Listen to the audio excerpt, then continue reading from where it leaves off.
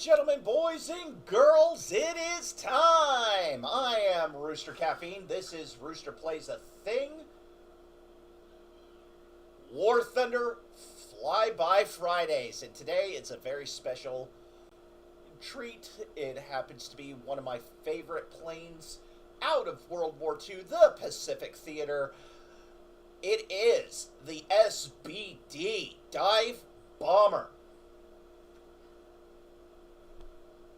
The plane that won the Battle of Midway. All right, here we go. Let's just get into it, shall we? Look at this beast. Look at it. Look at it. It's fucking gorgeous. And there's my classic symbol, the Spark and Spade. To anybody who ever wants to fly with me, you would become one of the Spark and Spades. And this would be the symbol that as soon as you earn those, plant them on your plane, fly with me, and I am more than happy to have people that I like and want to talk to flying in my squadrons. Now, we do simulator battles now. Unless, of course, Justin is... thank you, Chicky. Thank you. The sound seems to be good. Appreciate it. Let's see here. Bring up, yep, okay, let me make sure sounds good on the YouTube channel. Well, let's turn it down so you guys... Oh, I plan to. Anyway, let me take my headphones off real quick and double check to make sure the sound on the YouTube channel is good, because we are, sorry about all the Twitch streamers who are watching. I know that the stream is really shitty. It really is. I don't like it. I don't like the vertical output, but because I don't pay for, Streamlabs right now, help me with that if you ever get the chance. Go to Streamlabs, donate, and hopefully, eventually, I can get enough to start doing things like, multi-streaming on multiple platforms. Oh, sounds good. The sound is good on YouTube and Twitch is good. Okay, thank you, my love, Chicky Caffeine. She, I wouldn't be able to live without her. I really wouldn't. So, I have two different vectors for chat. I have Twitch chat and YouTube chat on two different ways to watch. So, here we go. We are actually going to do the same thing we normally do on Flyby Fridays. We are going to go around the plane, take a look at things, really get to know the plane. So the SBD Dive Bomber, let's see here. I forgot to do this earlier, but that's all right. It's not going to be difficult. Dauntless SBD.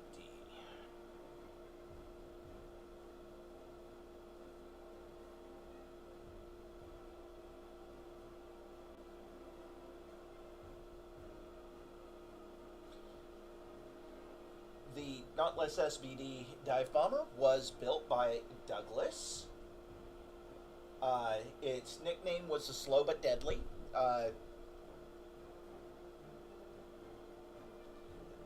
And it frankly, kind of was. It was also known as the A-24 Banshee for the Air Force. Incredibly versatile, incredibly rugged. It boasts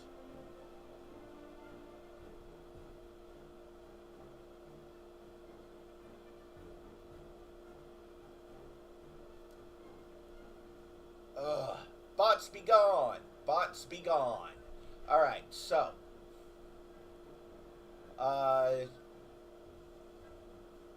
shit, where was I? Oh, yeah, I was looking it up because I wanted to. So we had a height of 12 foot 10 inches, a length of 31 foot 9 inches. Maximum speed in a dive or maximum speed at altitude of 16,000 feet, which was about its combat service ceiling, was 265 miles an hour. Not incredibly fast, hence the slow but deadly, but incredibly accurate due to this fucking thing right here. The perforated dive flap. Now, this thing could be used as a combat flap, but it also would open up to a near full 90 degrees off of plane, which would allow this plane. You would go to 50% power.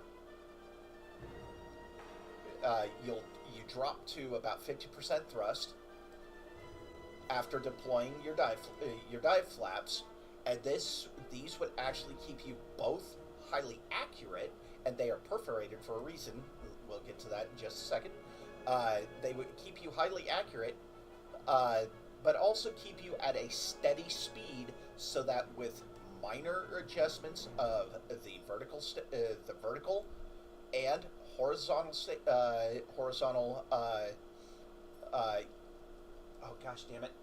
flight surfaces, you could kind of just do this with your plane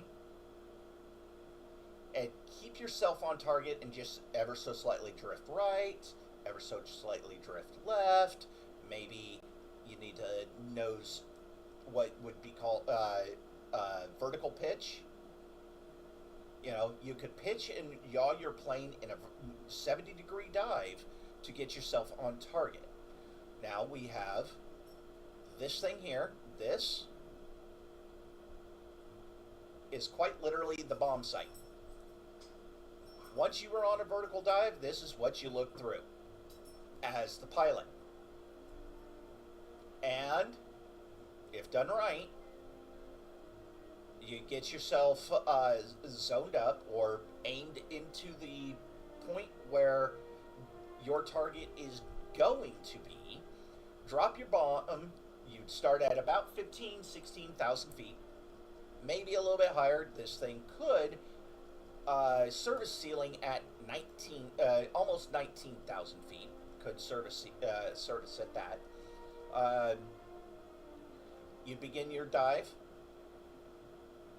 and I know this is saying some different things. I'm going off of the aviation history for much of my personal information. I know at 16,000 feet, 265 miles an hour, this is 273 at 1,400. Now, that's because I've got my plane spaded out, so it's going to act like the most advanced version of this plane. Now, the max altitude was actually, I believe,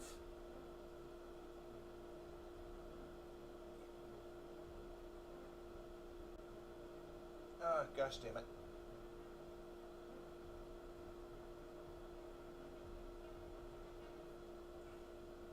I'm sorry, I'm just kind of browsing real quick because I know that, there it is.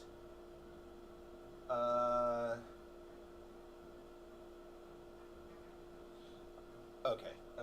I believe the max service ceiling was about 22,000-ish feet, or Angels 22.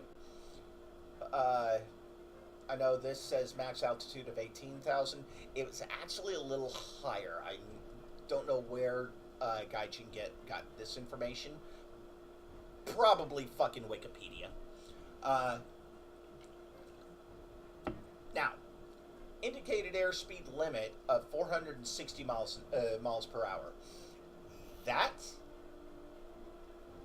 is pretty freaking accurate if you don't use your dive flaps. Okay? But at this speed, these wings are vibrating like this. You're ready to tear the wings off. So don't let yourself get to that point. If you're at a near vertical dive, which people have, there were guys that ran this bomber at beyond 90 degrees by complete accident, and they survived. There have also been people who their dive flaps froze. They didn't know it until they were in the middle of their dive, tried pulling their flaps. They didn't work. They still pulled it off and still dropped their bomb and still hit their fucking target. Ladies and gentlemen, if you want to see a good history of this plane in action, it's on YouTube. It's free. It's a 10-part series. Battle 360, the course of the USS Enterprise. An amazing freaking series. Check it out. It is definitely a good primer for, frankly, the Pacific Theater in general. But I personally definitely love this plane as much as the rest of, love this plane for what it was. It literally won the Battle of Midway. It was SBD dive bombers that took out all 4 of the Japanese carriers at Midway.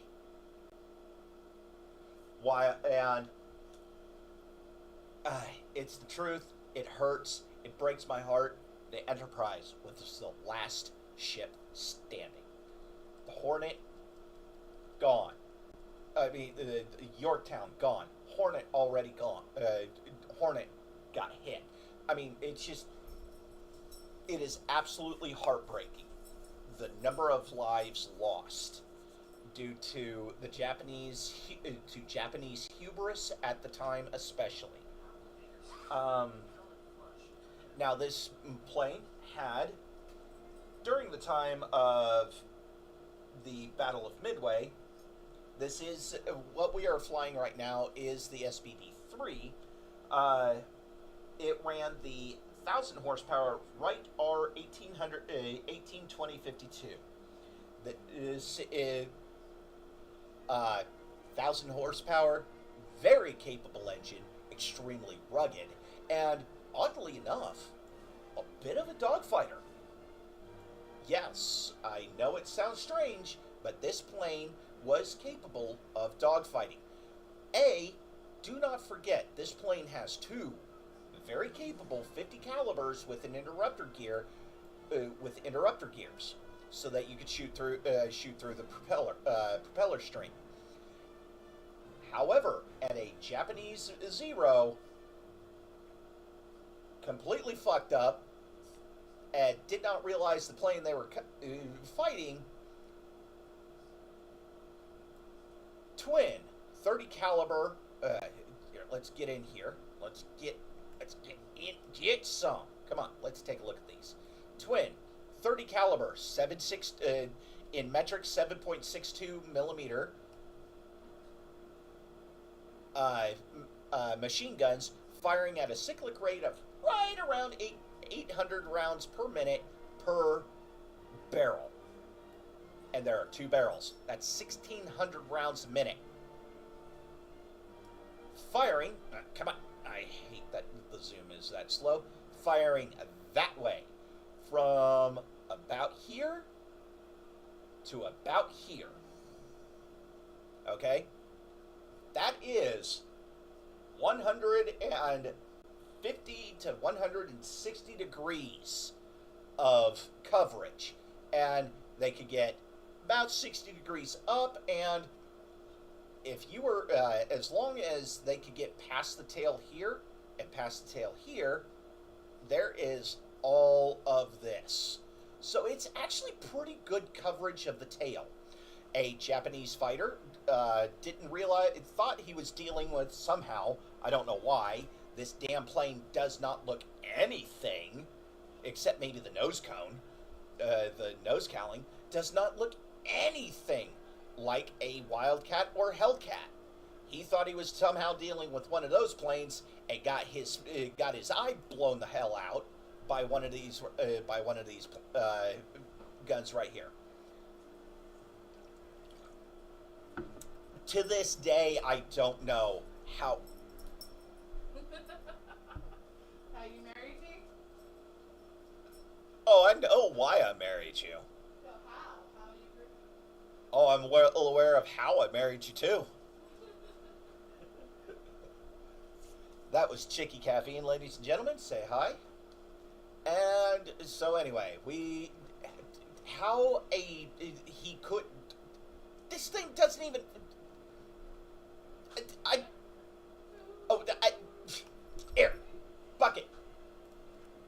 Let's bring in the F6F Hellcat. Choose crew. Ah, shit.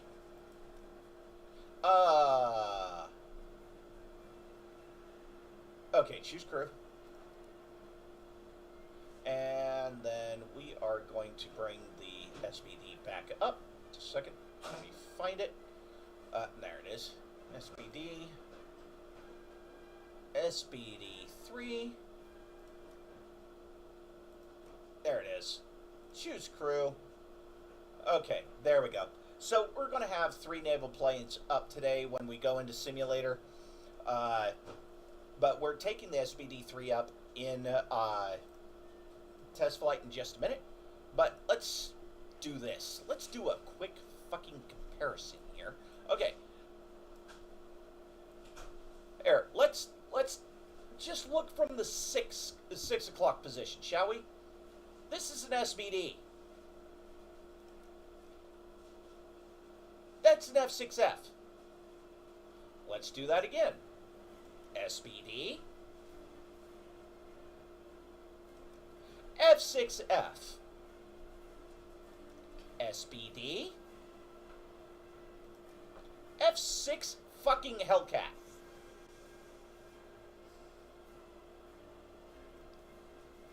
Did you sync my battleship yet? Not yet. You're saying a lot of numbers and letters, so.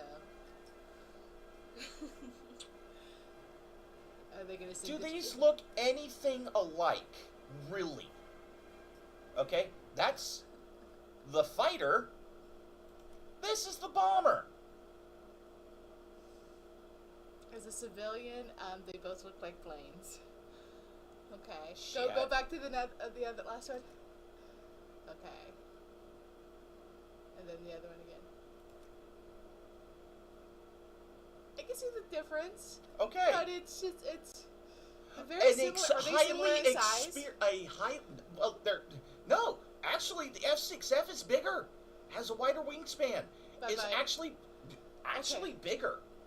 Okay. Like significantly fucking bigger. By like how many feet? I'd have to look those particular. I mean the girth of the fucking plane Okay. alone. Okay. When you say significantly, I'm thinking like a fighter jet versus a 747. That's significant. Oh, okay. Okay. This one, they look like But their body imagine, length or okay, so. really quick. Imagine you are a Japanese fighter pilot with 15 kills to your name Okay. or more. That's impressive. Yeah. Okay, do these two planes actually look that similar? Curvature of the wing, quite a bit different in in length of wing. They do look different. Okay. If you're paying attention to those sort of things. Okay, I because see he that. got his his eye shot out for his mistake. Oh. Because Oh. this plane has a Well, tail if gunner. that's your job, then you're supposed to pay Yeah, attention to this the plane differences. has a tail gunner. This plane does not. Okay. See, now that makes more sense. See, I can see more of the differences Okay. in this view. Okay, well, and he probably came in actually from underneath, and it's hard to see it from here, Right. but slightly underneath, but you can still see the difference in wing cross section even. Let's go up top. Wing cross section is vastly different. More square, more angular. This one's got a very rounded. Yeah, and It's shorter. a very distinctive plane. It very much is. Spencer, Elliot Spencer. Anyway. Okay, so there we go. It's got a decent engine. The R1820, the Wright R1820-52, and 2 forward-facing 50 cals and 2 rear-facing a twin 30 caliber machine gun in the back. Now, let's talk ordnance, shall we? Let's get into why it's called a dive bomber. The bombs. So, yeah, I use this as my favorite because I love it. But, and I do have some personal, but that's Mark 33. So this is a multi-purpose. You can hit bases or ships. Very effective against ships. Armor piercing, uh, explosive D with 100 kilograms. Fuck, I need a goddamn calculator. Can you start speaking in freedom units, motherfuckers, for the American tree?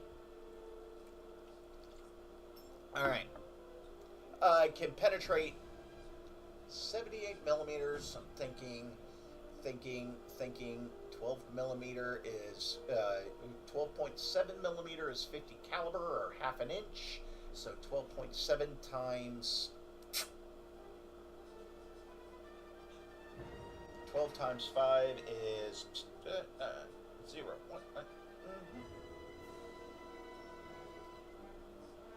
So 3, almost 3-inch thick armor plating.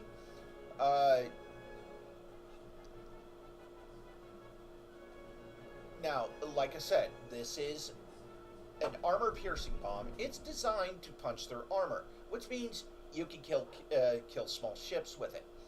Or, in the case of a flat-top carrier that has a wooden deck,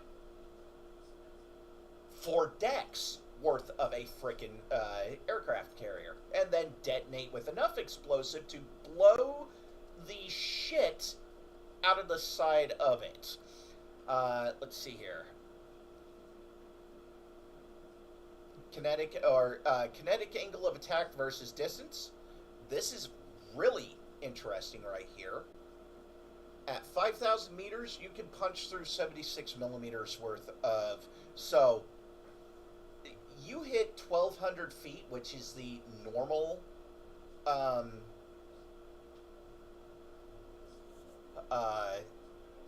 The normal drop height for the SBD, about 12 to 1,400 feet. Yeah, this thing will do some punch through damage. It's freaking amazing. All right, now ground targets. We have. Yeah, that's what I thought. We have the standards, 500 pounder, and 2 100 pounders, a 1,000 pounder, a 500 pounder, single, 2 100s, and this did indeed, experimentally at least, 50 caliber Browning machine gun twin pods, which effectively gives this plane 650 cals, and they are just barely off a center line, which means you can do some. So they're going to be mounted here and here. You know, right here. Here's the hard points for the secondary stuff. Here's your primary bomb. So you can actually, if you get it tuned right, it's actually pretty freaking accurate. Damn near center line, just off center line on both guns. You can do quite a bit of damage that way. Now, excuse me, sea targets. We also have the Mark I aircraft-laden magnetic mine. A aircraft dropped basically limpet mine, which is what the nickname of the magnetic mines were.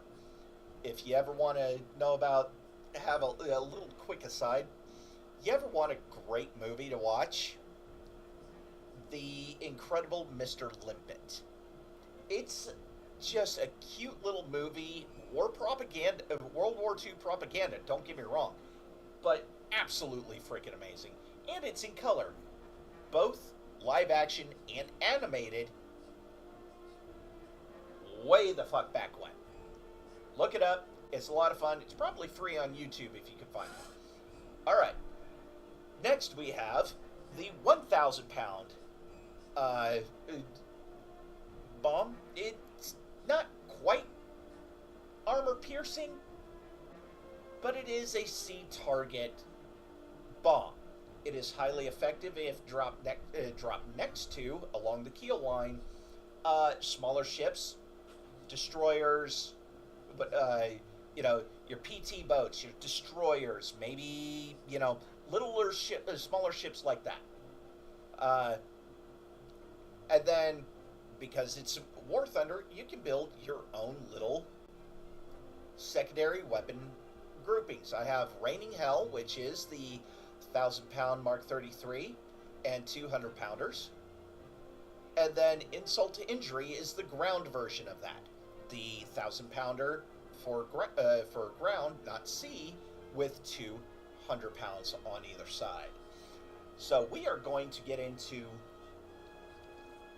a test flight, because it has actually been several months since I've played this particular plane. Secondary weapons, we are going to go ahead and we are going to start with this. Go into test flight. Low. Simulator battles, armored targets, and ground targets. We have Raining Hell. Yeah, and Raining Hell is for me personally, I called it Raining Hell whatever it is, the word I'm fucking looking for here. Spawn point aircraft carrier. I like it. Western Europe, Middle East, Mediterranean. I actually like that.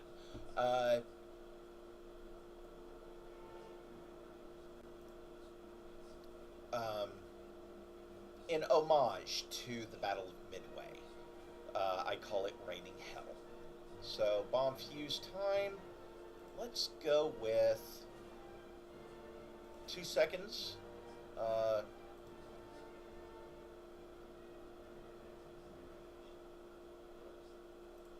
20 minutes adjustable fuel quality or quantity. 30% is fine.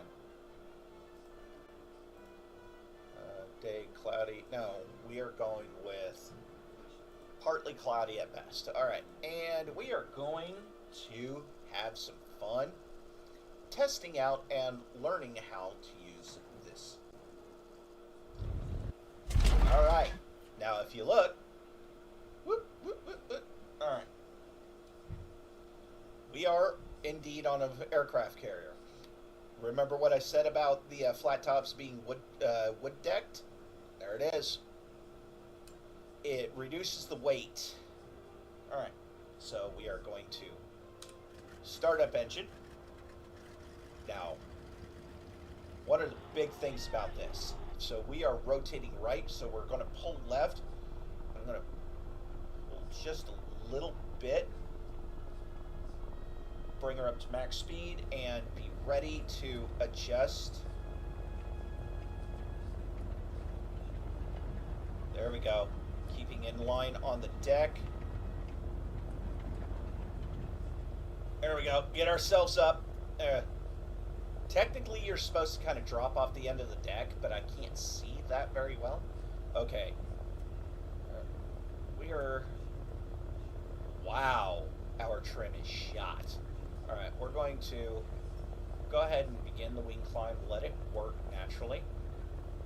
Because this is the torque of the engine, so it's pulling it... it's still a very incredibly powerful engine. Oh, gear up. There we go. Get our speed up here.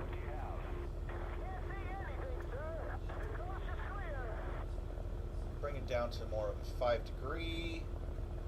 That way we increase speed here.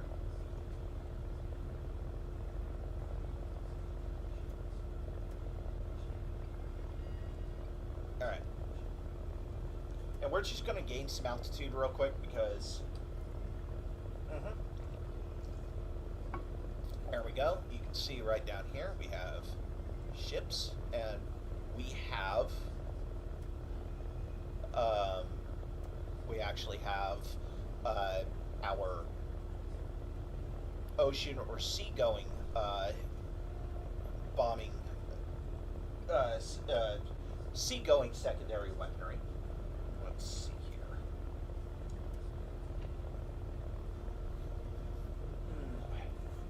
So, I don't know anything about the teething troubles right now with the SBD dive bomber. So, we're going to do a couple more of these within the SBD because I want to kind of just see if I can use it really, learn to use it fairly well.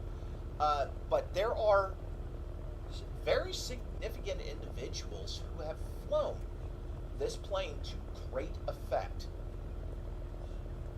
And two of the best, two people that I love hearing about, Wade McCluskey and Dick Best, both of them Enterprise pilots. Wade McCluskey was part of the fighter squadron on the on the aircraft carrier, the Enterprise, and Dick Best was a dive bomber. Was part of the dive bomber squadron. Now, during the Battle of Midway, because the torpedo bombers torpedoes sucked at that time, Wade was put in charge of bombing 6.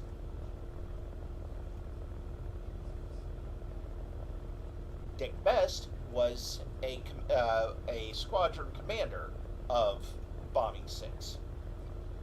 And the Battle of Midway, if you've never seen the movie, the modern version of Midway, or the original version of Midway, both are incredibly accurate, by the way. Check them out. Very accurate. A little bit dramatized, not going to lie, okay? But still incredibly accurate to the events of that day. Also, Battle 360 will give you a really damn good idea of what was going on the Battle of Midway as well as the rest of the war, obviously. I believe there are several people who actually flew in the Battle of Midway who have written books. Check them out. I'm pretty sure Wade McCluskey is one of them. So,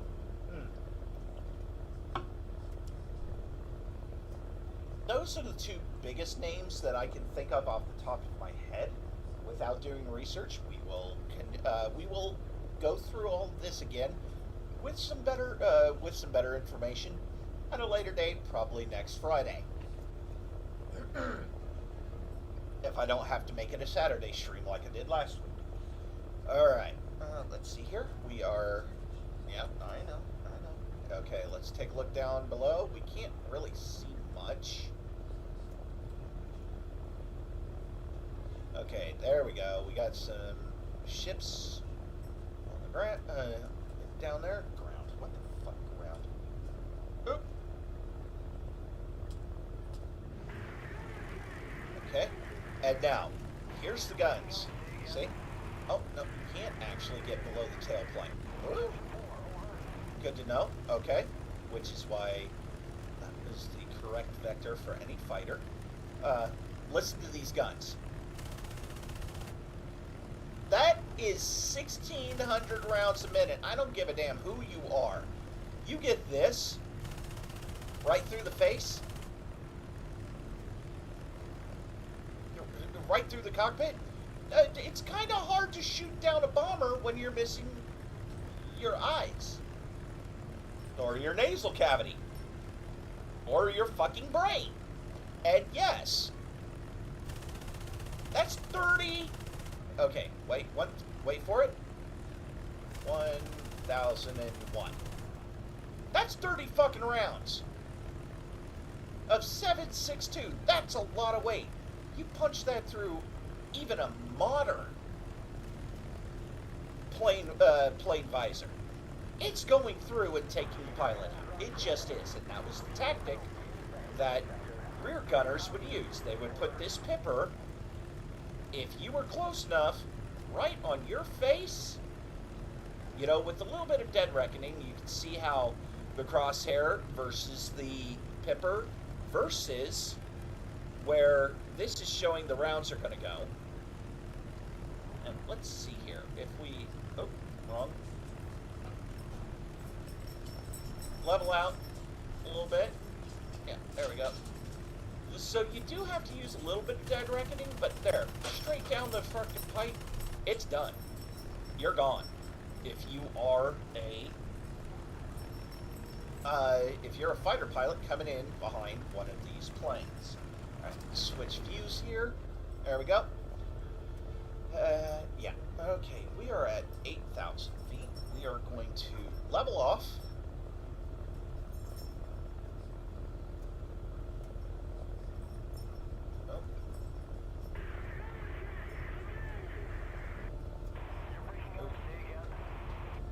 So we are going to try and adjust trim here.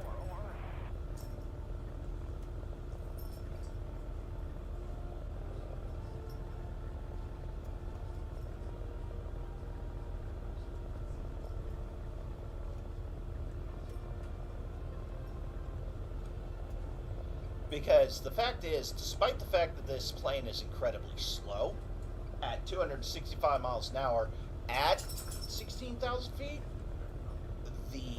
this engine has a huge amount of torque. It really does. So we're going to continue a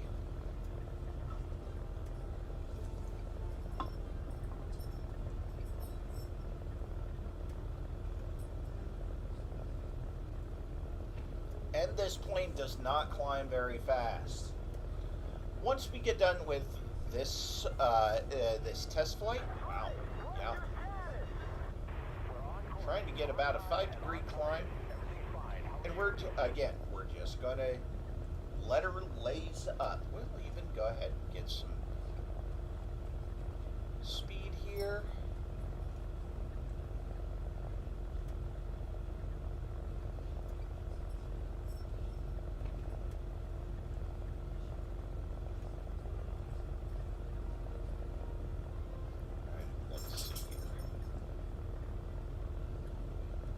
So here are our gauges. We are, about 5 to 8 degrees. That's not bad. There's our compass right there for dead reckoning. I'm trying to see. There's our trim.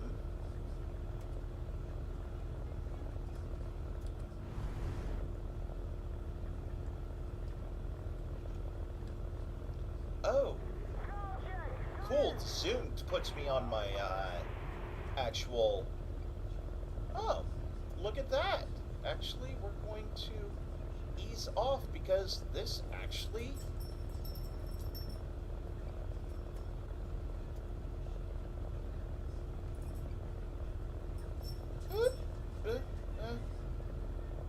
ever so slight. There we go.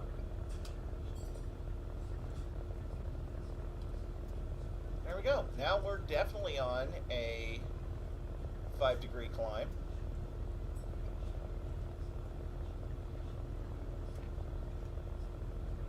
Actually, we're going to do this. Level off. And yes, that little ball in the center.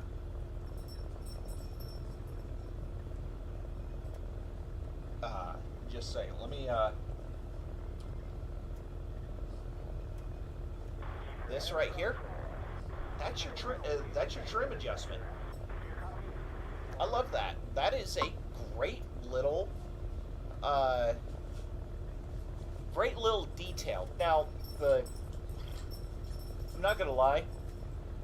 IL-2 Sturmovik with the Dauntless Dive Bomber. I believe they have the Dauntless Dive Bomber. The details are quite a bit more crisp in that game.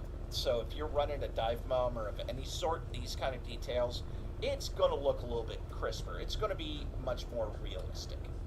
So let's get out of that view.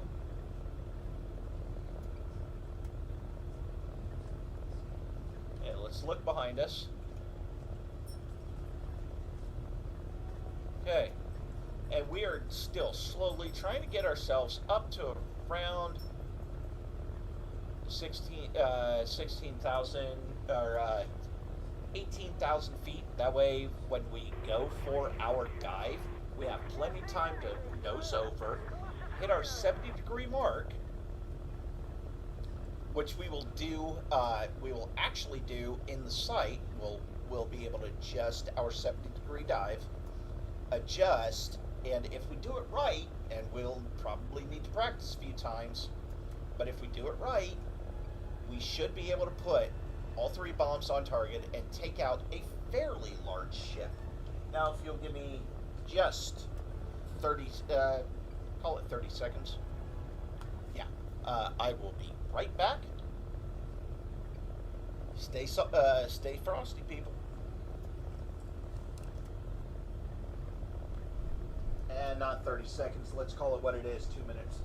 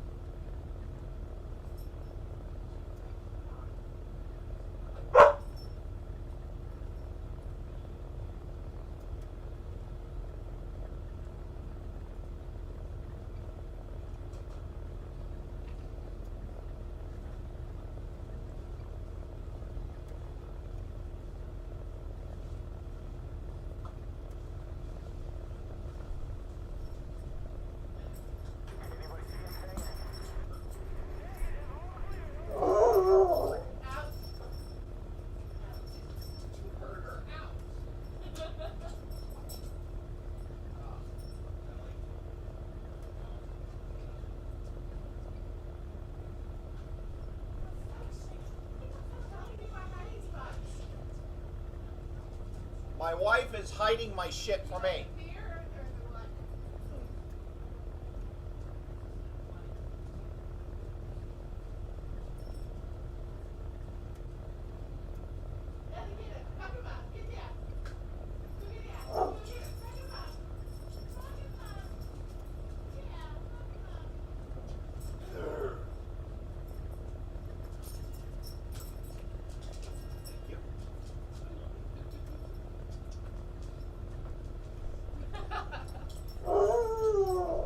Such a pretty owl. That's a girl.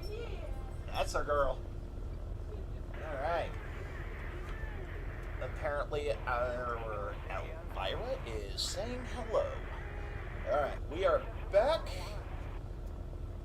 and we're still only at 11,000 feet. This is the normality. So.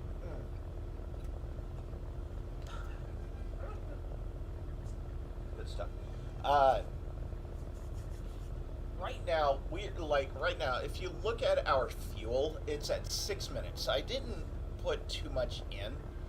The reality is, they would fulfill these things, and it would take as much as 2-3 hours to just find the fucking targets they are aiming for if they weren't already known.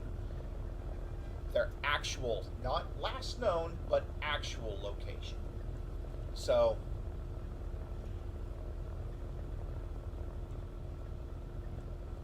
okay. We're going to call 1200 high enough. See where we're at.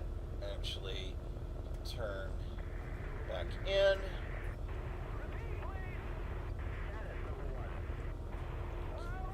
Yeah, keep our altitude going up.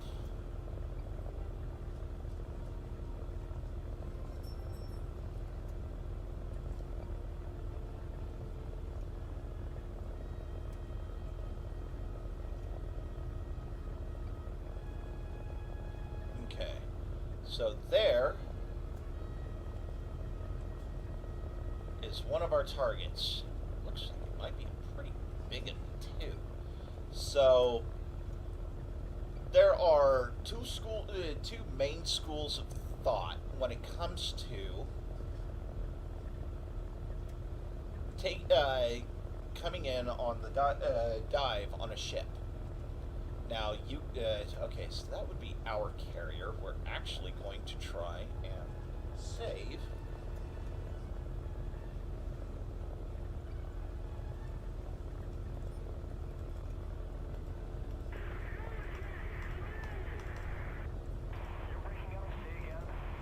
There we go. Okay. Yep. Pull it back. So our aircraft carrier is just slightly to our left. And we're going to try and get ourselves... Okay. We're actually getting pretty close to our service ceiling. We're only about 3,000 feet short of our service ceiling. Our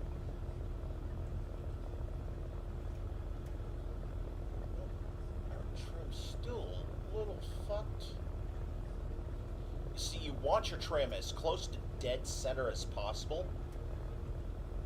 Okay, we're descending.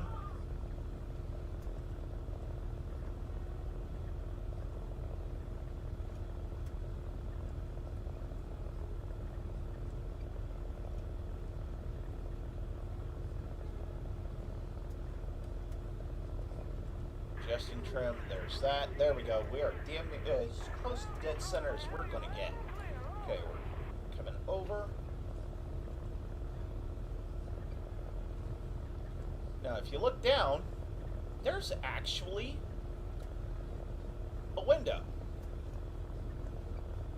You try to line yourself up as close as possible. Let me readjust where my mouse is. Keep yourself on map.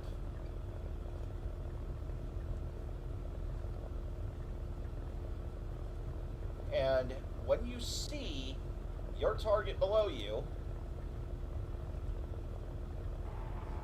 through that window,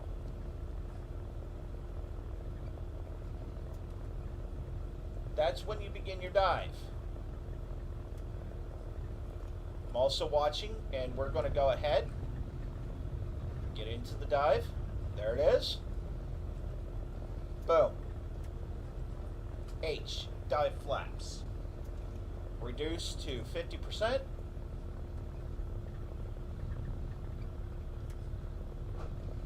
And there we go. Now we adjust with rudder.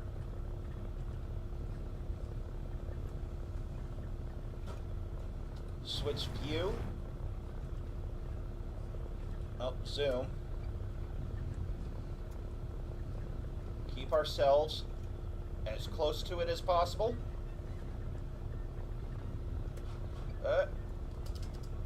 And pull it off. Full power. Yeah. And we hit. We hit. Take a look at our handiwork.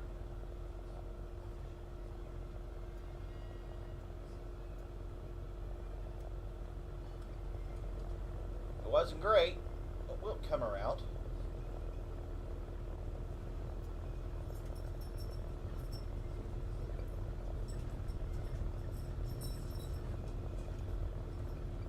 he's hurting. Come back. Put some rounds on. Down.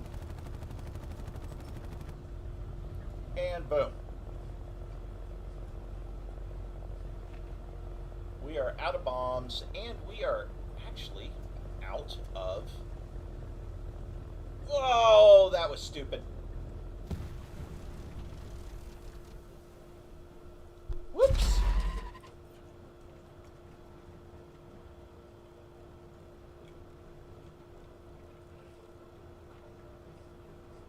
Okay, we are at full power. We're going to try that again. It's not easy. That's why we're practicing now.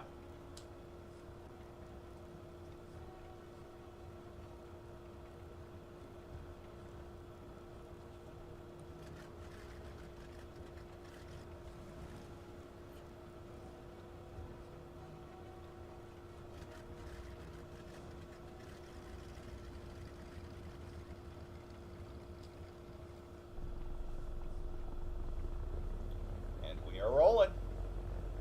Oop. Again, adjust rudder while rolling. Off the edge and up. Okay, there we go. See where we're at. Okay, our trim is shot. That's fine. We're going to begin our ascent. Gear up.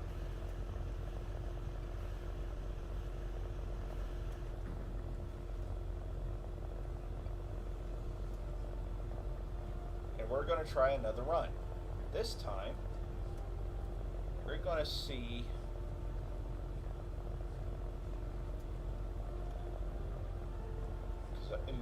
now naval bombs will do amazing things against ground.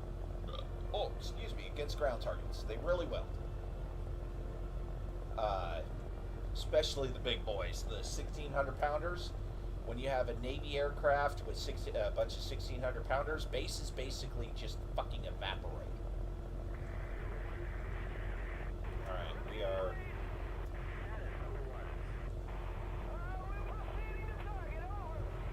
Get a good ascent.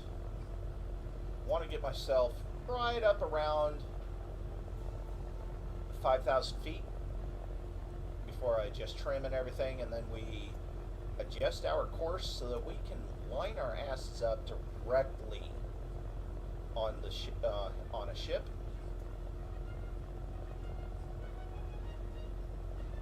Okay, we're at 147 miles an hour steady on the ascent.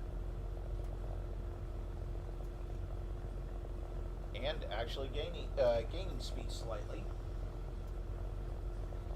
because we're the beautiful thing about engines like this, they will we'll pull ourselves off of war emergency power, let our engine coolant cool down a little bit. Beautiful. We're steady at 148 miles an hour.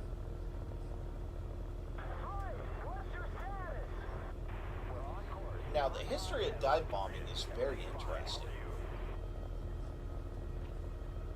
So, in World War I, we began with, quite literally, airplanes were reconnaissance vehicles, at most. They didn't even originally have guns on them.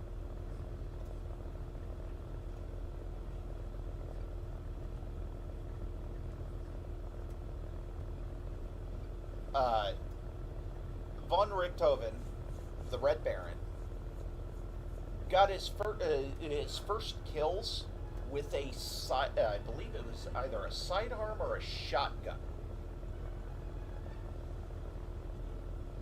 Okay, that's how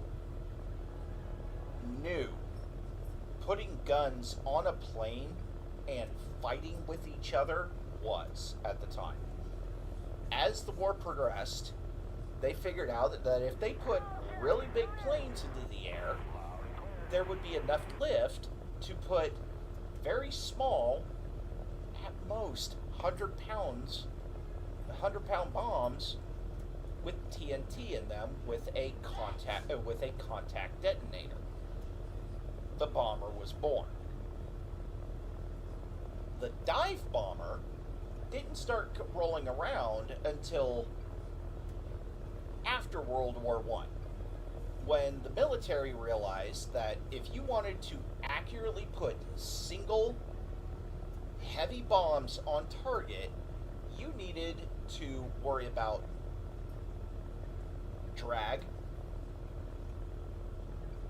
arc of drop, winds aloft, which is the crosswinds as your bomb is falling, and they realize that's not very accurate. Even if you're using a bomb sight, where you're calculating altitude, forward momentum, and drop time. That's actually a very simple mathematical formula, but the one thing you can't account for is winds aloft. So what do you have to think about? So what's the best way to make sure that your bomb hits pretty much right where you're aiming? The solution is point the aircraft straight at the target and drop as low as possible, so that two things happen. You defeat crosswind, you get rid of forward momentum. Your forward momentum is now more perpendicular to the ground, and the penetrative aspect of your bomb.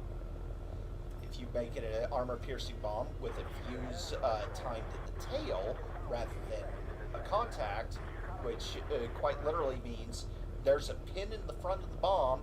When that pin is depressed, it hits a primer, burns the primer, which detonates the explosive. If you make the bomb with a hardened tip, you can penetrate deeper, and the dive bomber was born because of that. This is where your dive flaps and everything like that come into account. And I realized on my last drop, I didn't take into account. I opened my dive flaps and didn't close them after I dropped that bomb. That was my fault. We'll try and make sure we do it correctly this time. Okay, we are actually approaching 10,000 feet a lot goddamn faster than the last time.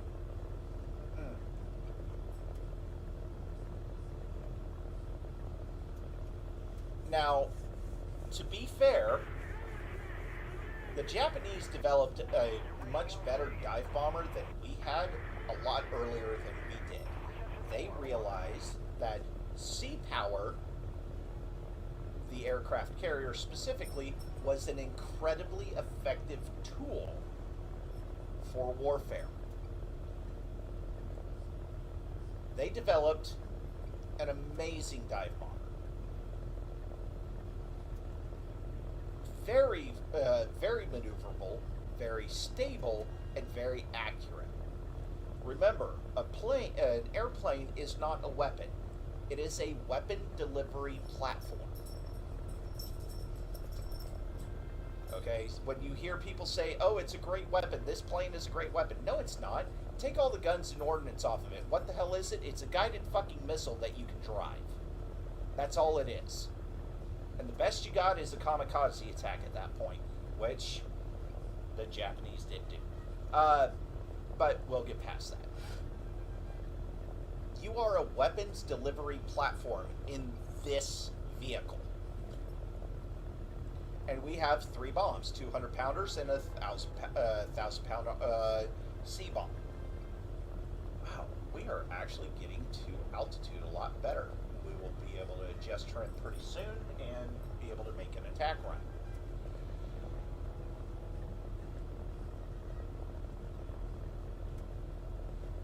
In today's weapons delivery platforms, we have laser and GPS guided packages that we can attach to bombs. Bombers don't ever have to be in any actual danger of being shot down.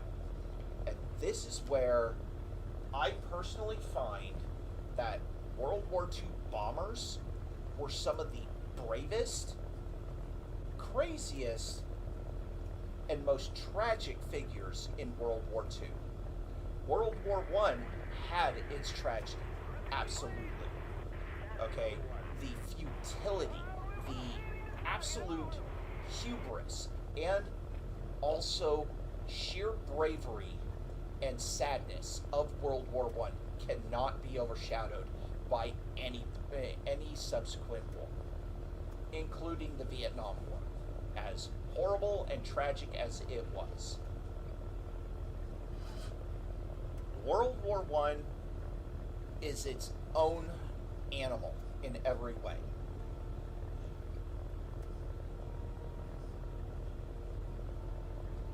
But the bombers of World War II, dive bombers, 10 and 12 crew bombers, all of those. These people who got in those were frankly signing their own death warrants. And they did so willingly. The dive bomber in the Pacific Ocean, in the Pacific Theater,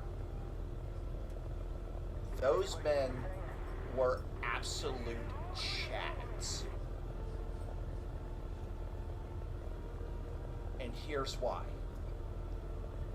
During this test flight, you have not seen one round of anti-aircraft artillery come my way. In the Battle of Midway,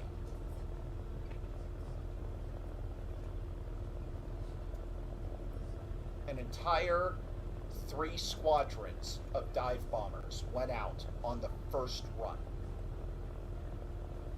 and did an amazing job. 3 of 4 Japanese carriers were taken out. There was one left. When Dick Best went out for the second time, suffering from caustic soda poisoning in his lungs, he took 11 other planes with him. Out of 3 squadrons, 12 planes were available for the second run to finish off the Japanese Armada at Midway.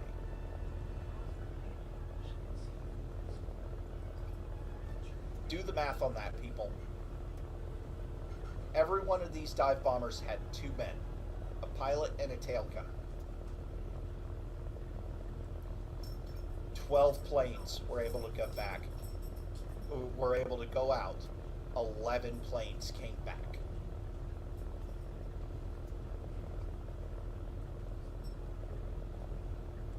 And yes, I'm pausing for effect here.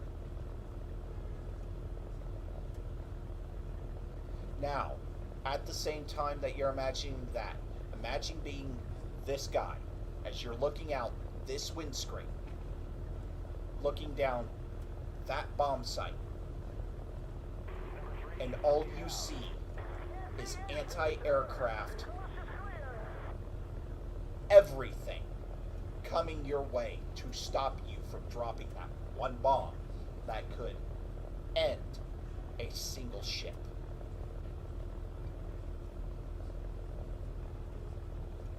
I was discussing this with my wife earlier. Single-minded, she was saying single-minded focus, willingness to get the job done, all of these things. I would rather be that tail gunner because I wouldn't want to see that death coming. If I felt my plane rock and I saw flames coming, I would want to be looking towards heaven as I went down, because I know that's where I'm going. I don't want to see that coming. And I'm the kind of person who wants to stand and watch that bullet come at me I'm the kind of person who wants to know that my death, that I am at death's door. That way I can face it with with every bit of courage and decency that I can. And I would not want to be one of these pilots.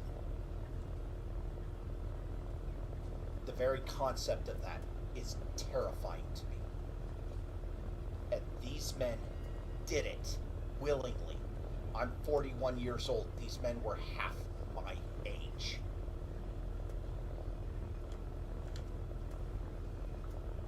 They knew the score. And they rode in on these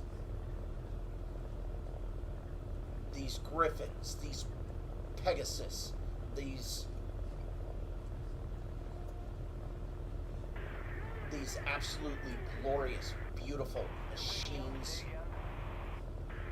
of glory and destruction. And they did so willingly. So to every man who fought in that war, who did this, who stepped up and said, I will be the one. Sic Semper Invictus into the hereafter, and I salute you. So, here we go. Alright, let's see here. Check our map. We are not well rounded yet. We can stop ascending. We are at 14,500 feet. Not bad. That's good. Good. Ascend. That, I think that's our aircraft carrier over there. Okay.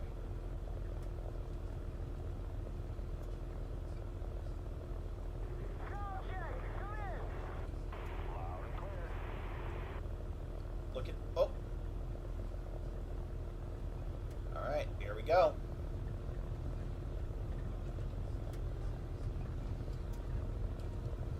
Yep, here we are.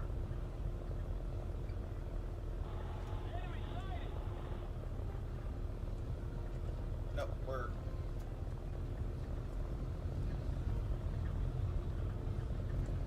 yep, we're on one.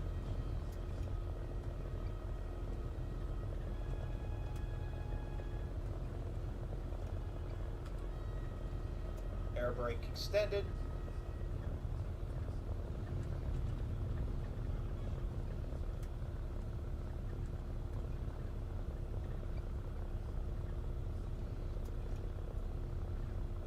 There we go.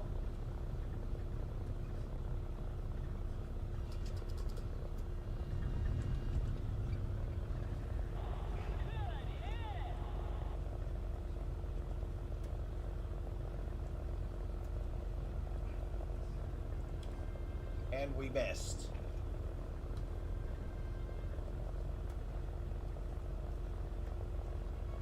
Air brake retracted. And we missed. Many Christmas, that's fucking difficult. Okay, we're going to attempt a landing on our carrier.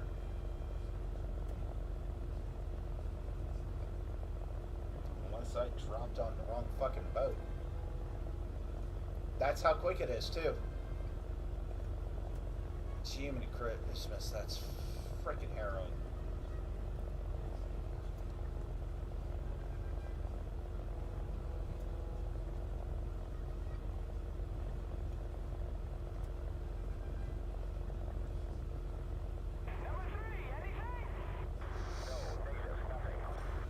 Alright, we're gonna switch around.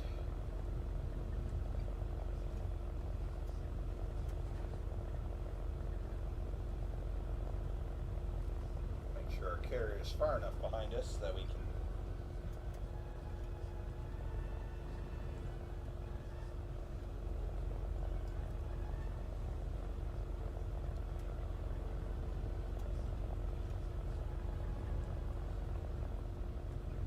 There she is.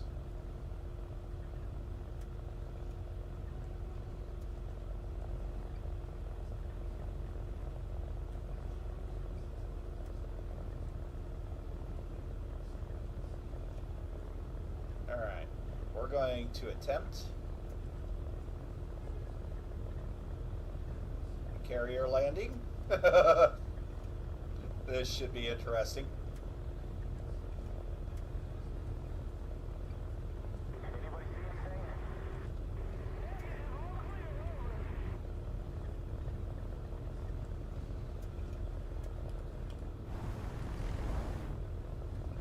Alright, we're going to reduce speed to 0. We're on a dive, so we should be able to keep our airspeed up a little bit.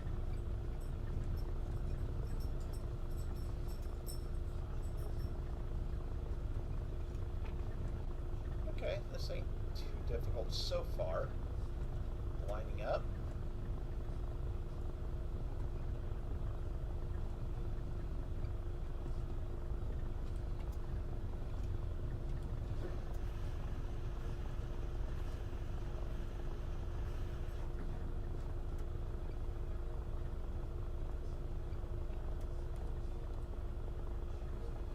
Rudder in.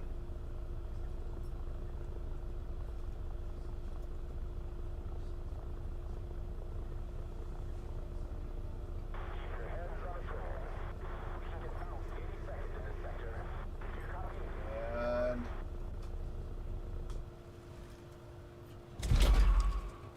oh, caught it, but ah.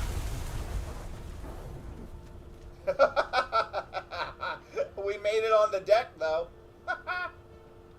Oh, man. Excuse me a second. Let me... Goodness. Alright, we're going to be repaired and refueled, rearmed right now. Hey, we made it. Alright. So they are heading into the wind. That's why the propeller's turning the way it is. We're going to start engine.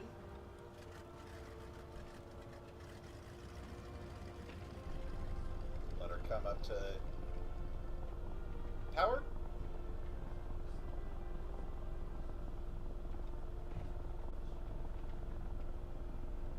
Be ready for the drift left. Full power. Right rudder, just to keep the steering in line. We are still on deck and off the edge and up. There we go. That's a carrier takeoff. Where are the boats? All right, we're going to do something a little different. We're going to do something called a glide bomb. We're going to try. This is what you were taught first, is the glide bomb. This is to teach you to get you on target and actually hit your goddamn target.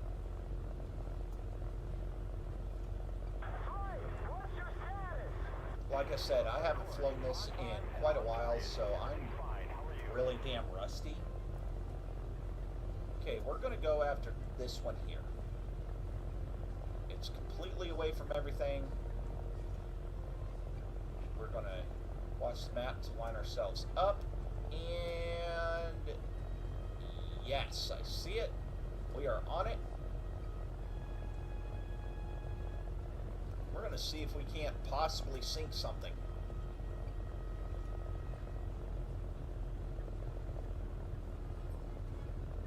Okay, and yes, no, I did not adjust trim.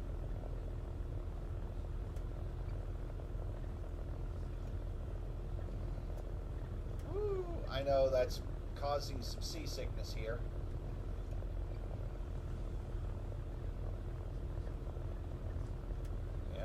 Yep, and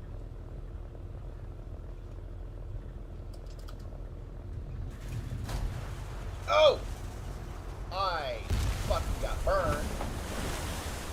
Ow. Well, shit.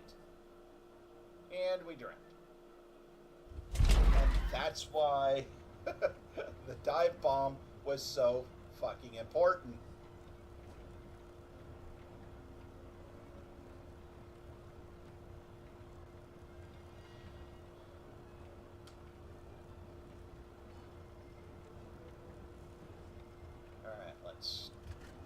engine? Aiming at Christmas. Actually, ooh.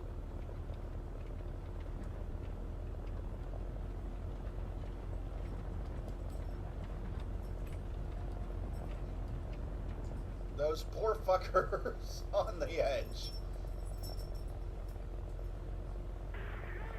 That's why they live in the fucking rat's nest. Okie dokie. You know what?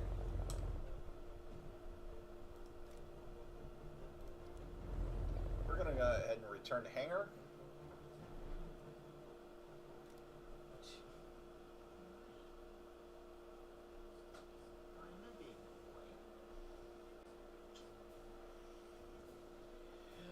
I've got a puppy next to me.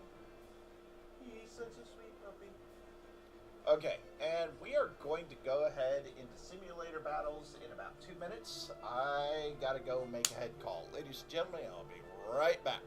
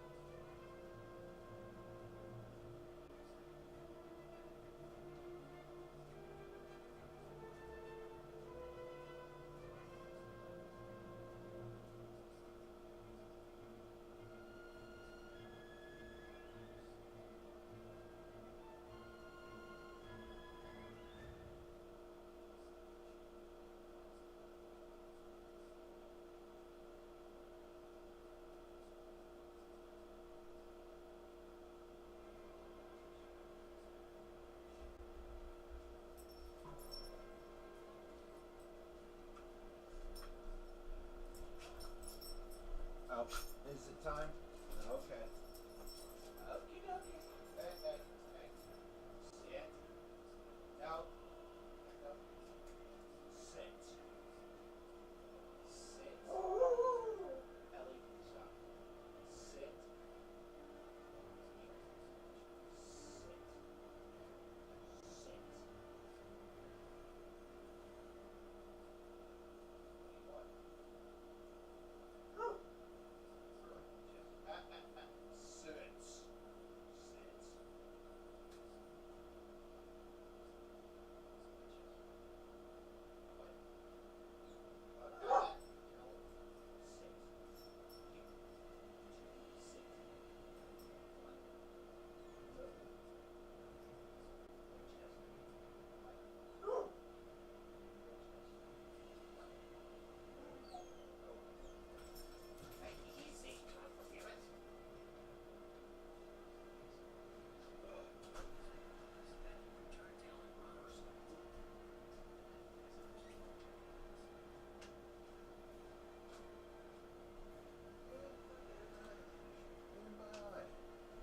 It's not where the eyelash goes.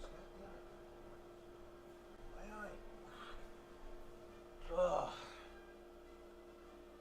Alright.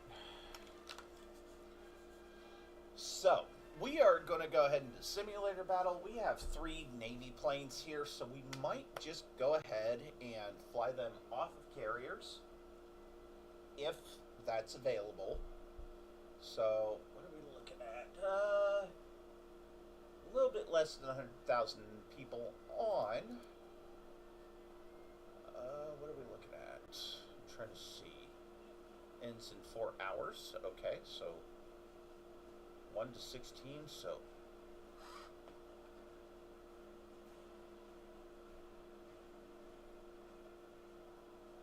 those are leaderboards. I wonder if I can choose.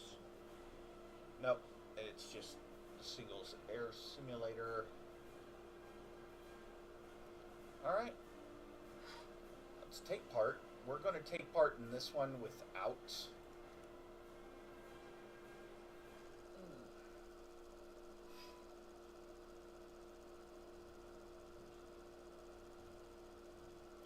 Okay, so this is the Smolensk.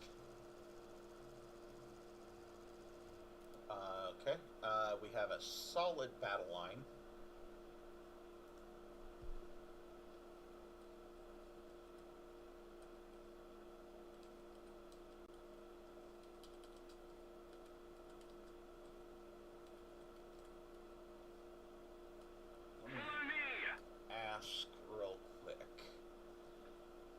Anybody's running dive bombers.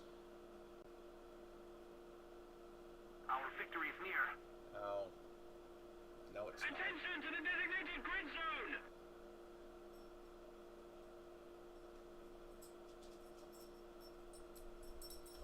Alright. So we are actually going to switch to insult to injury.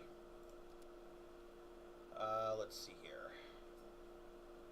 We're gonna go here. And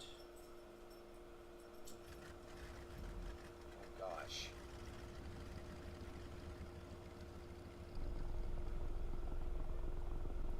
Alright, what is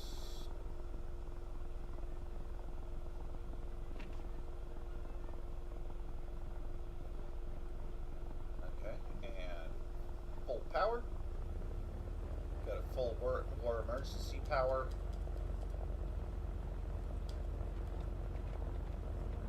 I find that bombers are easier to control off the runway.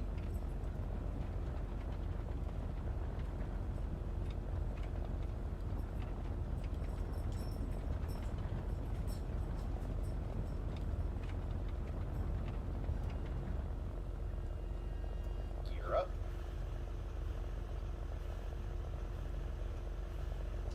Flaps raised. And begin our ascent.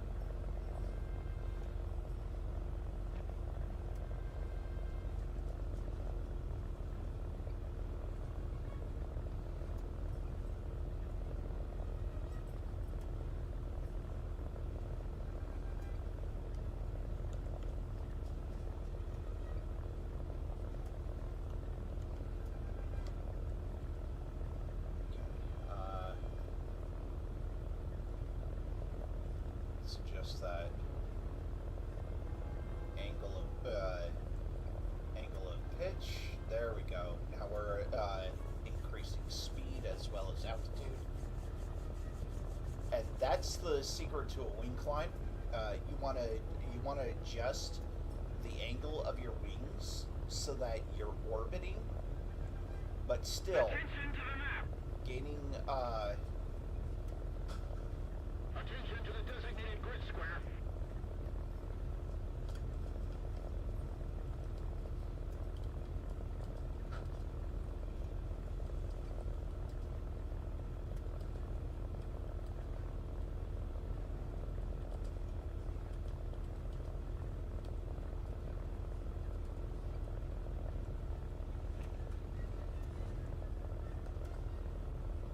Two S's on dive bombers. Alright, so we're, so that you are not losing speed in too much relative,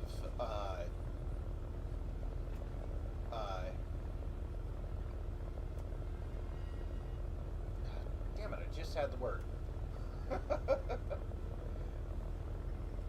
Relative to your speed, you are gaining altitude. as long as you're maintaining or even gaining, you should be in the correct pitch or angle for your wings. And you can see we're actually gaining altitude pretty quickly. It's not incredible, but at the same time, we're kind of gaining speed. We're at 151. We were at 130 just 1,000 feet ago. So this is right around where I want to be.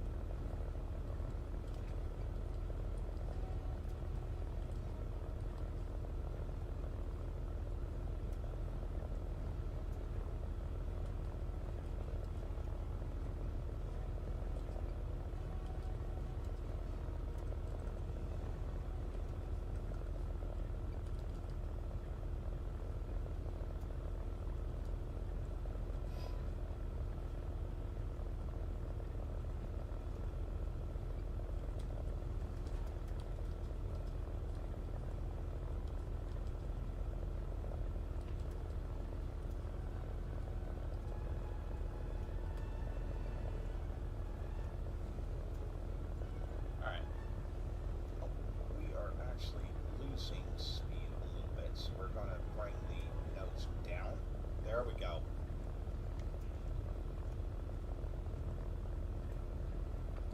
The reason why you want to do that is you want to be as close to speed, close to your cruise speed as you can get at altitude when you level off and get ready to actually go on your attack runs. In a fighting situation, your bomber is quite literally... Ooh, what was that I just saw? I saw artillery going up. Oh shit, we have bomber way the fuck up there. I want to see if we can't do some damage to it.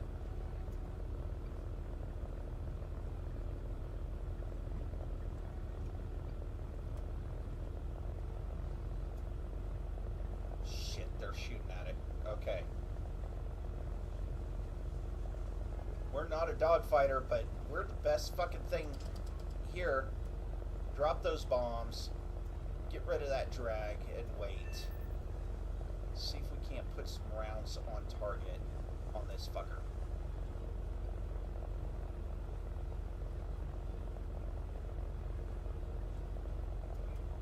I hope I didn't hit my own base.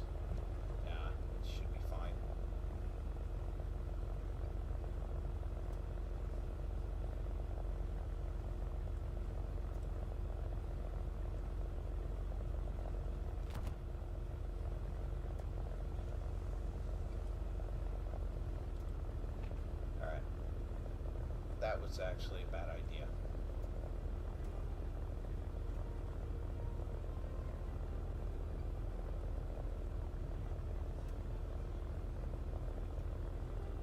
Alright. We're actually going to descend and start over. That was a stupid idea. Surprise to the entirety of nobody. I make those a lot. Make really bad decisions. But that's fine. We're not too far from the base. We're going to actually dive flaps in.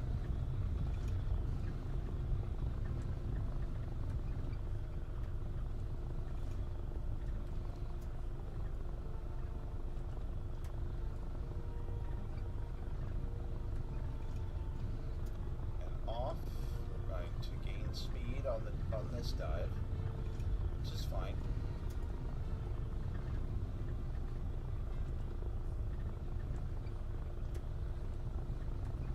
We're going to land, reload, this is why I did not.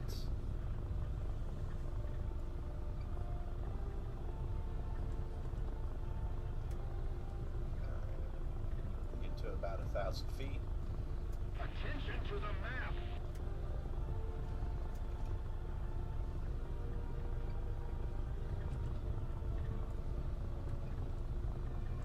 Maybe a little under, but that's fine. Bring it up to. Oop, wrong button.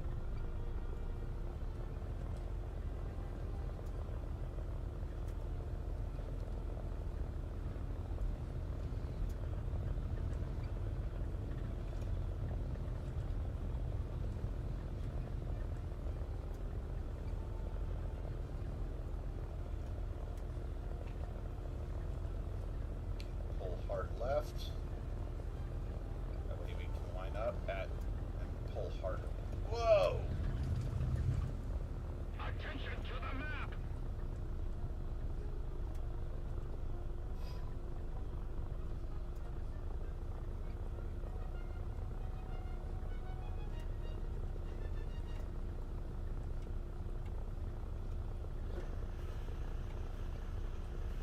Landing gear and flaps. Okay.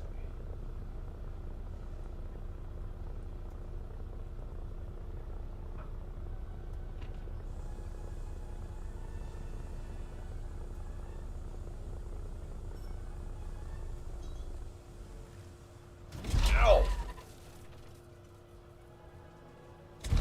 Well, shit. Okay.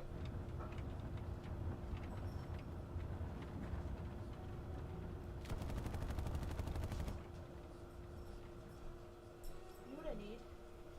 What's that? I need a little planter with an open head. That way I can stick that spider fence in, so you can have spiky hair. Love my life. Oh look, I just gave you a Christmas gift idea. Oh, look at it.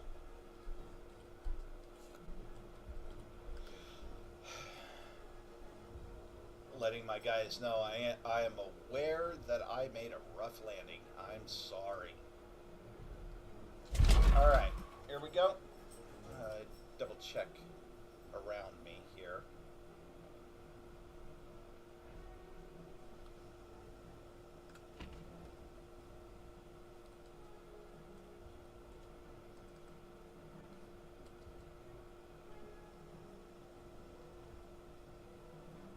I think I've actually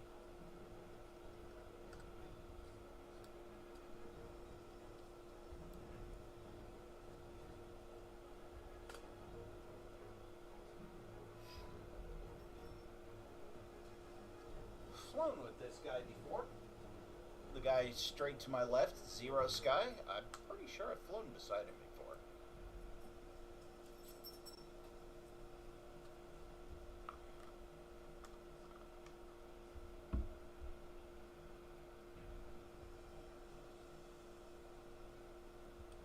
Alright, start engine.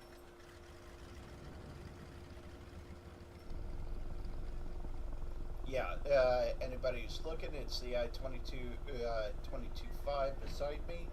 I'm pretty sure I've flown with him before. Recognized name. Alright.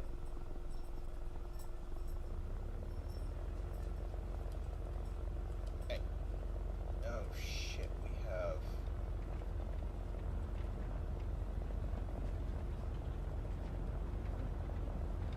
Our anti-air is fucking losing it right now on this base. Ah.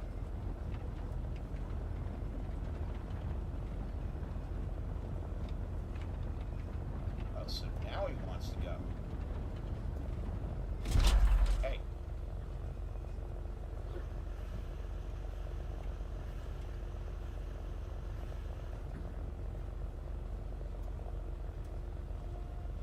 Ooh. He's got something in his sights. Question is it ours or theirs?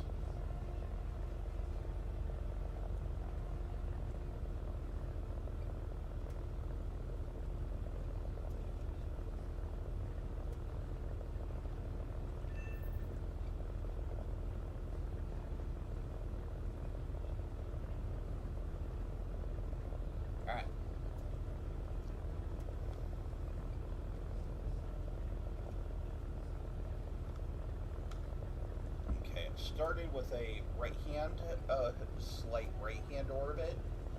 I'm doing this tactically, so just for whoop, we want to adjust to a left hand orbit.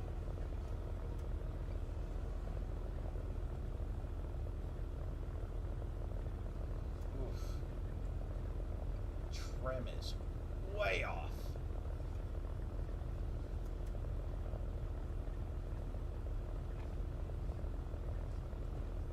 There we go. We're at 160-ish miles per hour, which is going to give us, looks like, about 100 feet every 3 seconds altitude advantage.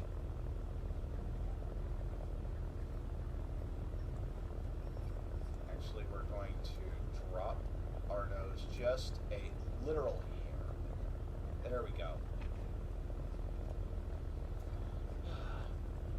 There we go.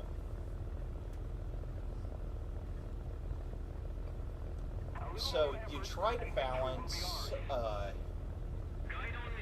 altitude gain with speed,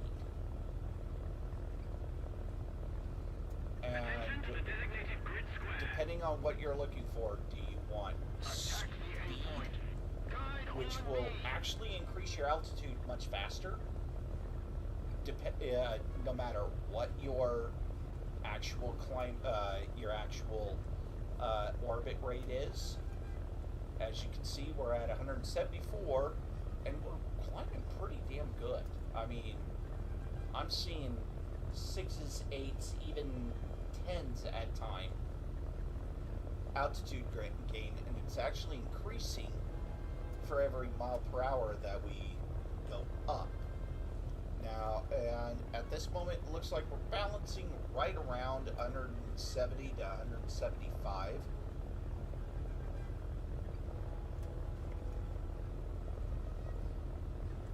I mean, we're already at 4,000 feet and not doing too bad. We're at 100. There we go. Now we're what I wanted to do. Understand, I'm working with a mouse. Mouse and keyboard. Now, if we let's take a look at map. Okay, let's see if we can't adjust trim.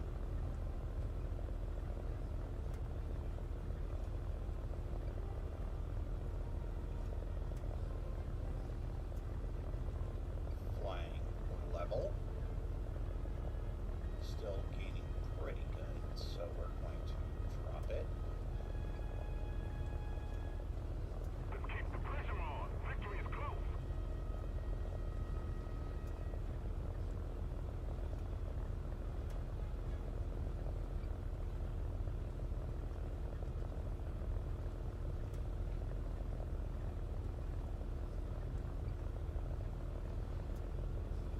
Just trim. There we go. Okay. Center our pointer on our pipper. Okay. That's good enough. There we go.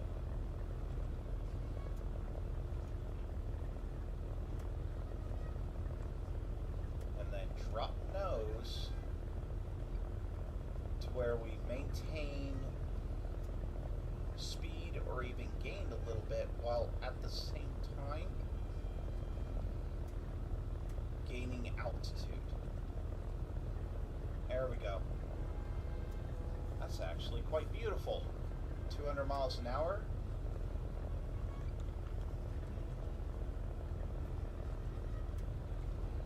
Ish. Close enough to it.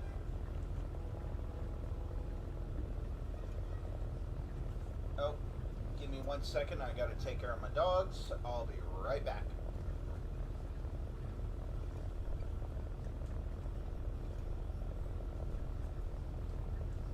Get your asses in here. Now.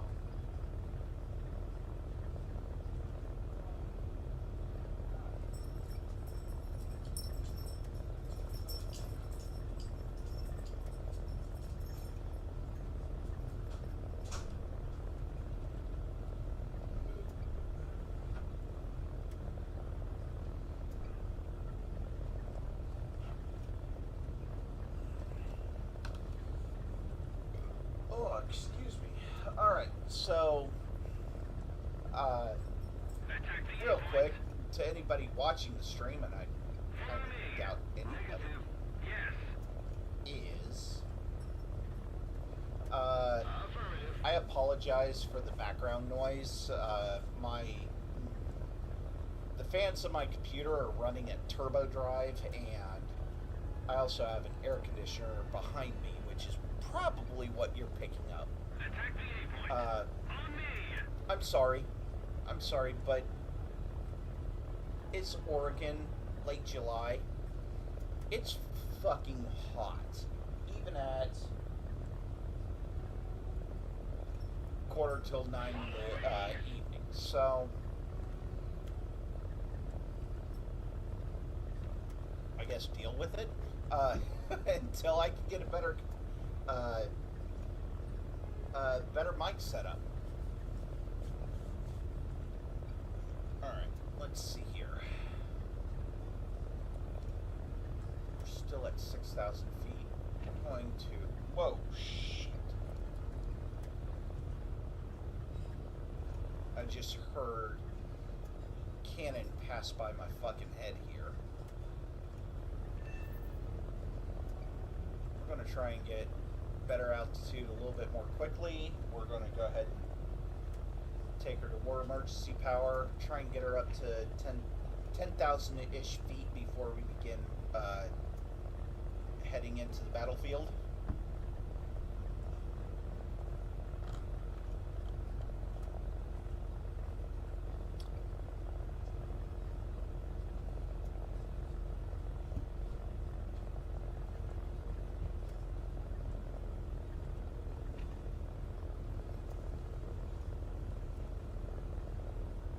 Okay, we're actually going to switch off and head this way.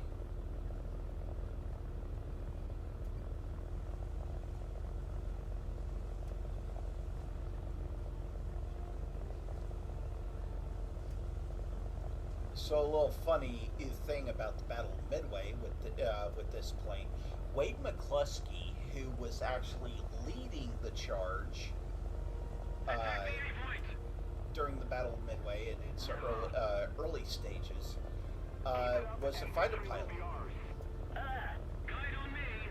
No. and this does not bode well for people who fly a plane that is nicknamed the Slow but Deadly. No. This man was quite literally leading the entire group of squadrons. Affirmative. Sorry, my ear itched there. Like bat out of fucking hell. And it actually put the entire flight in danger because they started running low on fuel. Attention to the map. Now, it would take a miracle at this point for Wade and the entire, all of the squadrons involved in the initial attack to get home without running out of fuel. This is where a certain submarine and a certain American submarine and a certain Japanese destroyer both quite literally turned the tide of battle without ever knowing. So the American submarine, the Nautilus, had invaded the Japanese battle fleet, 4 carriers and dozens, everything from PT boats to carriers, of 4 carrier battle groups together as a full battle battalion. Keep it up. The victory will be ours. I've got to take a look around me because I suddenly got a really bad feeling. Attention to the designated grid Holy zone. shit. Okay, get on the zoom here. No, fuck. That's the one thing I don't like. Yes, it's a dive bomber. Yes. I'm... There we go.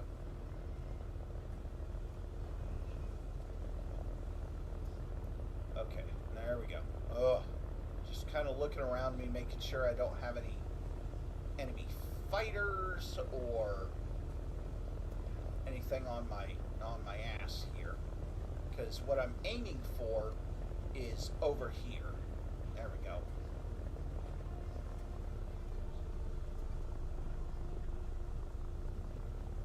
God damn it. It's a dive bomber. Why are you doing this?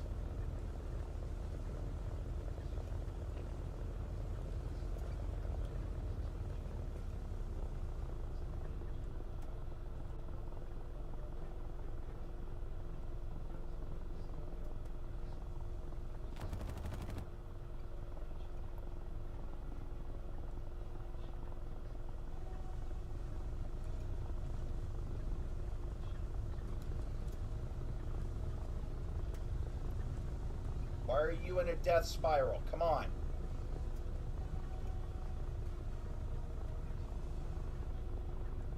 We've captured a zone. Thank you. Well done. Really? You son of a bitch. I agree. Affirmative. Ugh, fuck off. Anyway, as I was saying,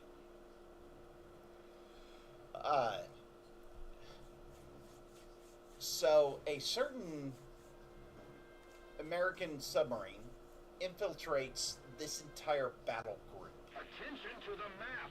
Reloading. Bravo. which Bravo. and fires a torpedo, which gets it noticed.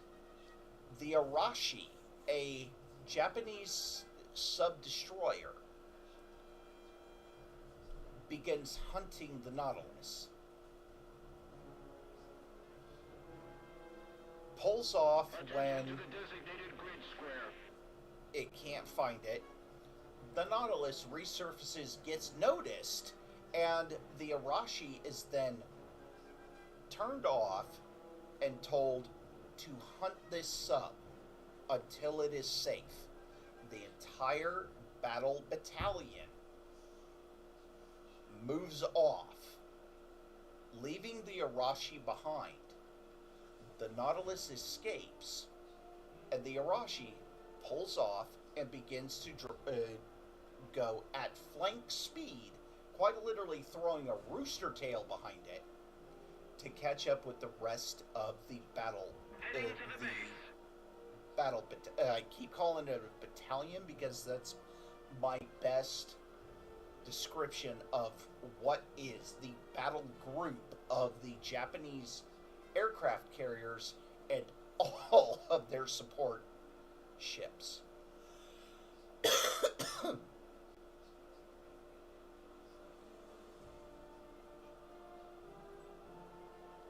Wade McCluskey and the rest of his flight notice the Arashi as it's heading straight for the Japanese aircraft carriers.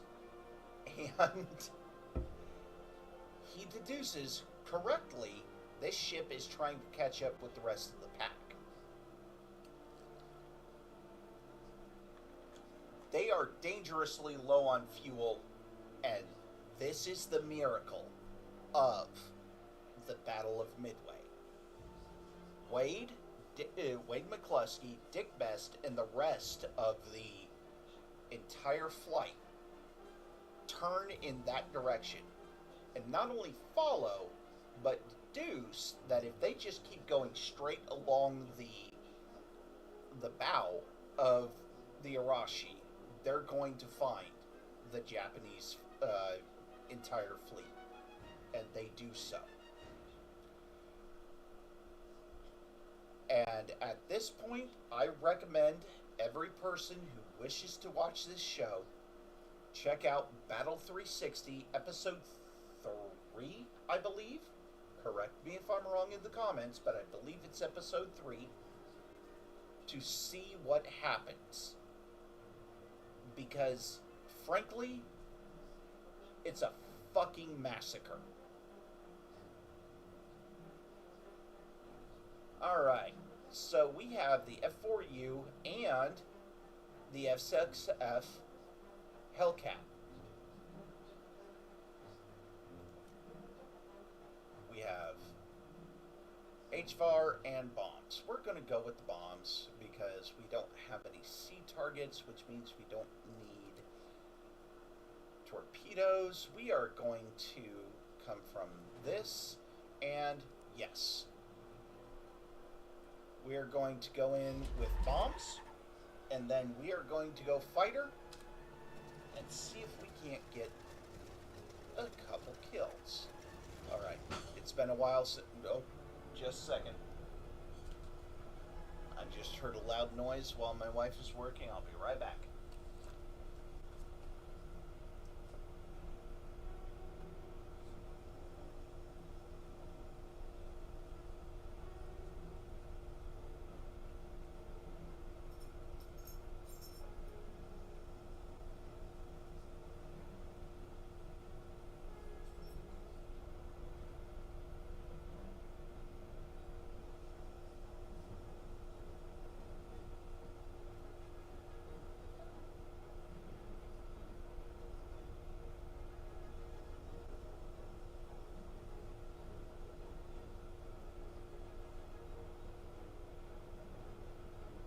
Returning to the airfield!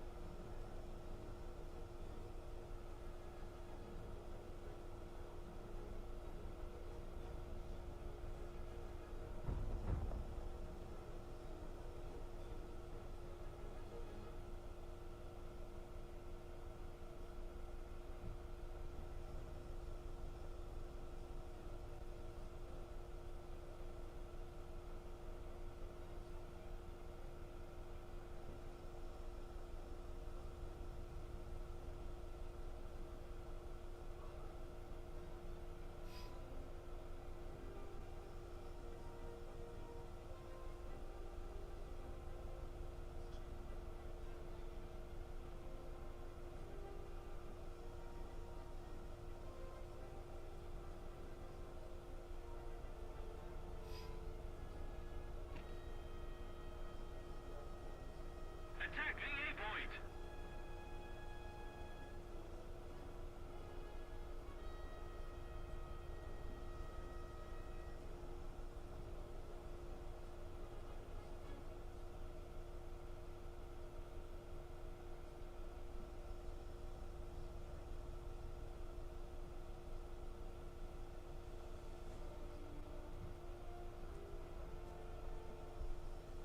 Okay. On me!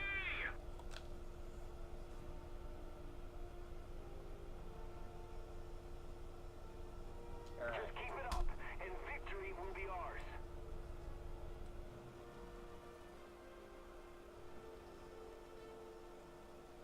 Alright, here we go. Wait. What plane am I flying again? Oh, the F6F. Sorry, people. Just as I started my engines,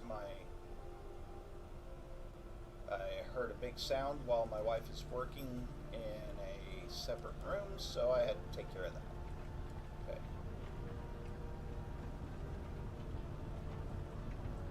Come on. Come on.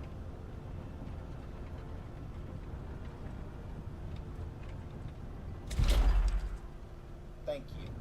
Attack the A point! Gear up.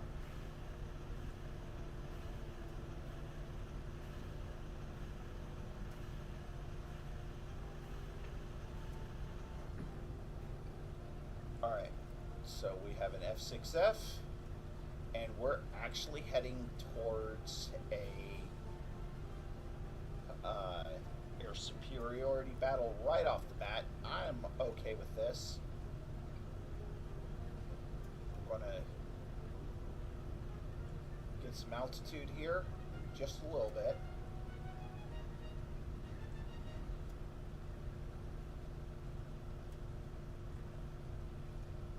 And then level off, bring it down to strong.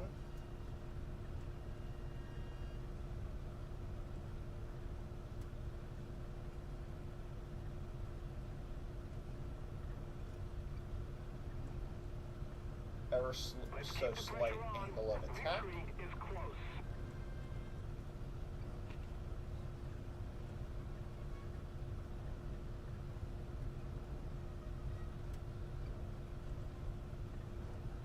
On me. Attention to the map.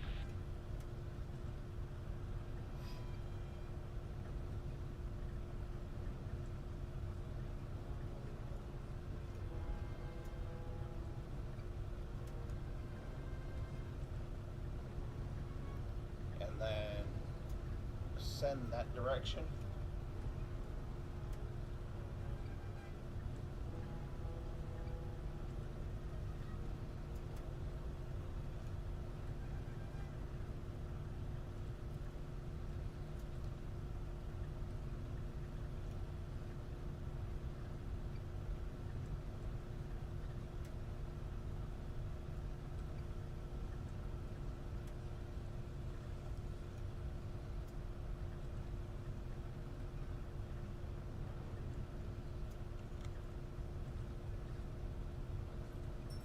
Attention to the designated grid zone.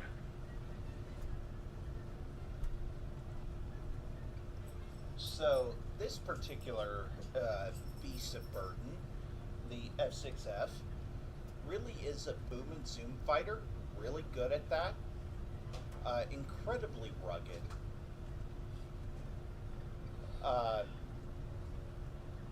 And quite literally turned the tide of the Pacific War when it came to fighter escort and dogfighting with Zeros, among Just other overall effort, and things. victory will surely be ours. If it wasn't for... Oof. Okay.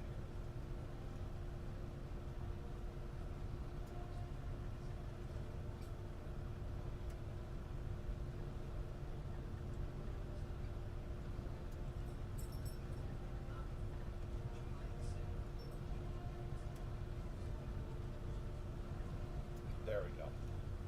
We have successfully adjusted trim. Let's do this.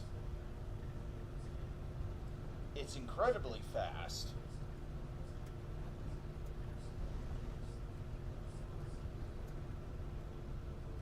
It's got some serious armament with 650 cals, and later versions had 850 cals. Really damn good. Little fucking bomb. Really damn good at what it did when it came to bombing. And it was the first Pacific night fighter. It was the first plane to have onboard radar in the Pacific on a single engine, single person, single pilot plane. It did amazingly well. Dogfights, the History Channel actually has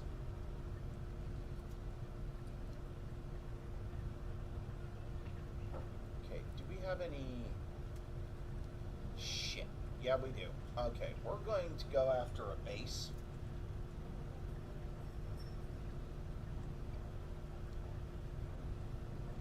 If I can see it.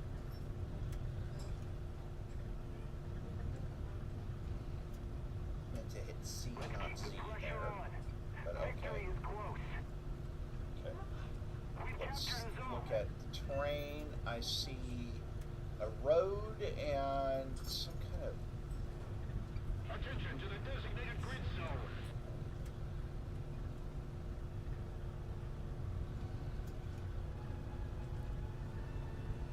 Oh, it's over this direction? Okay.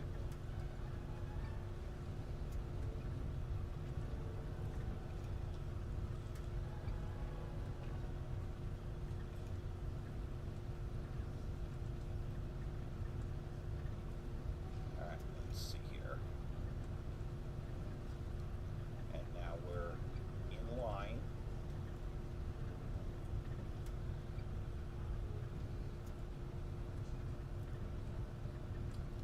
Okay, we're going to level off, pull out of zoom.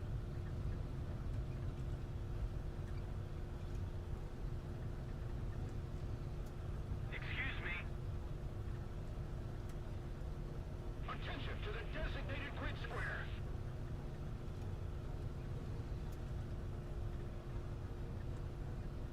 On me!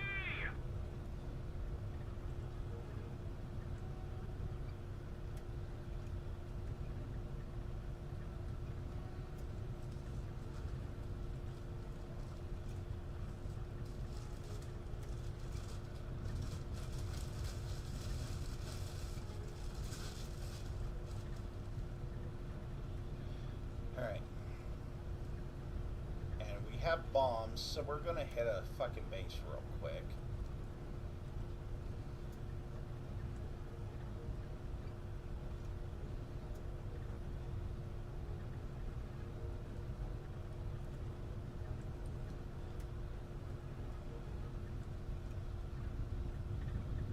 Let's ascend, let's zoom.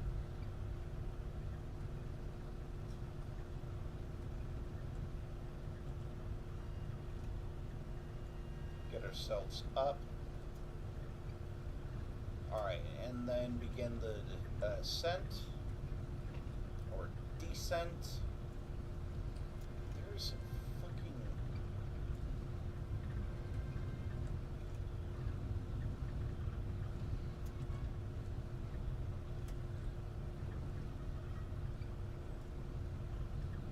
Is this it?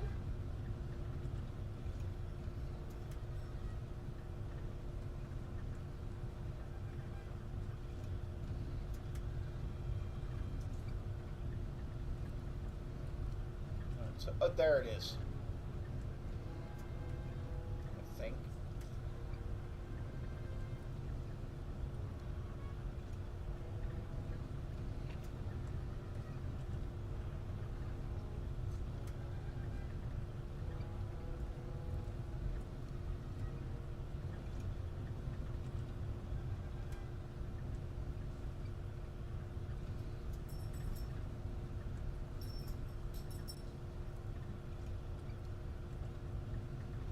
We're coming up on it.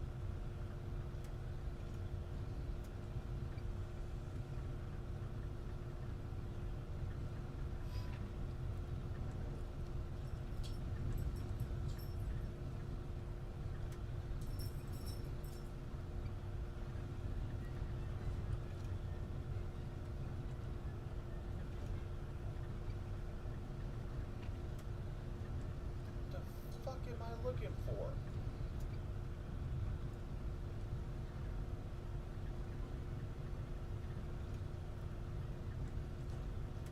Oh.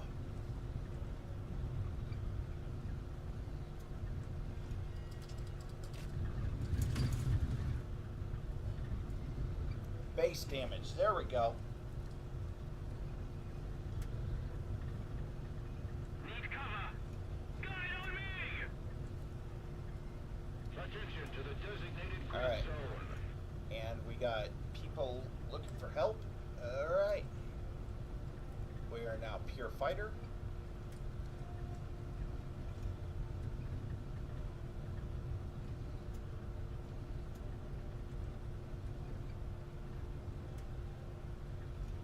I lost a lot of energy there.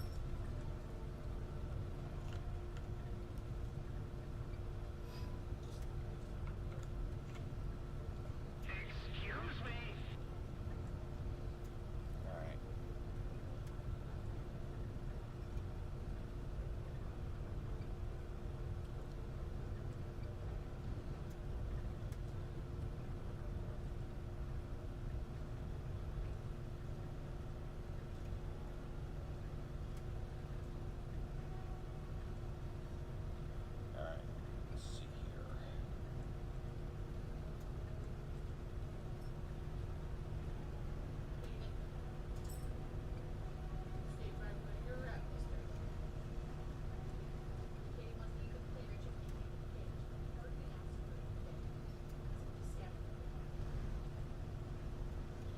this is the big thing about this plane. You got a big blind spot behind you right here. I can't see shit. I have to quite literally pull a big arc in both directions. See what the fuck is going on behind me. Which is exactly how this happens. A little more effort and victory will be yours. Attack the Oh, point. fuck.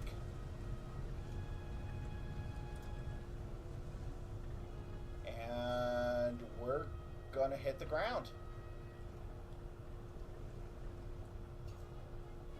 Because we're not gonna be able to recover this fucking flat spin. Bullshit! Fuck!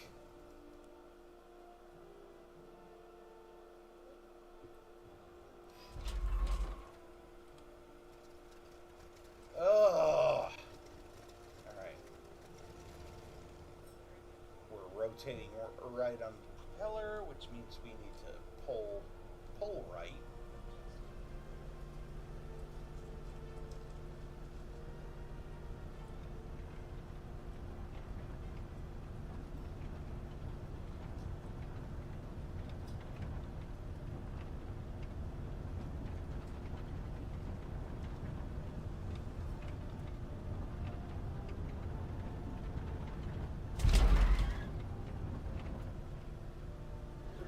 Gear up.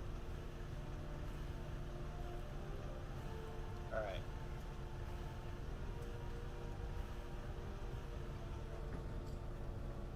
Attention to the map. Let's pull a zoom.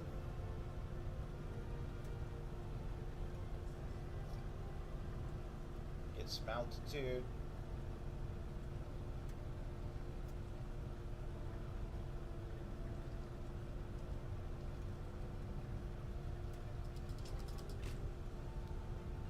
Drop our bombs. We're not going to be able to use them.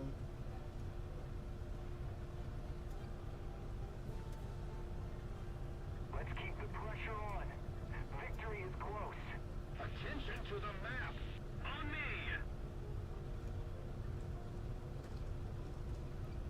Just trim.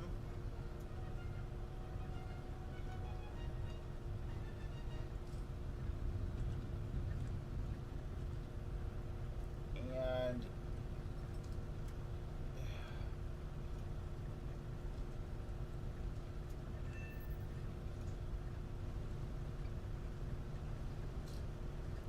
trying to find where the battle is over here.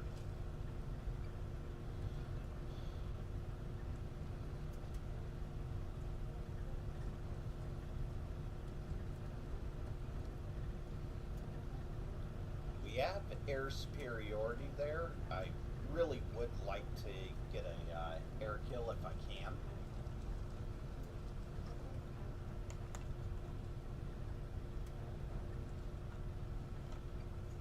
So this particular plane was quite literally the best friend of the SBD that we were flying earlier. The focus of tonight's episode. We have captured a zone. Oh! Oh, fuck, and I dropped my bombs way too early, apparently. Alright, here we go. We're gonna go searching for some trouble here. Attention I to know the map. this is... Oh! We got... Follow me. Attention to the map. Okay.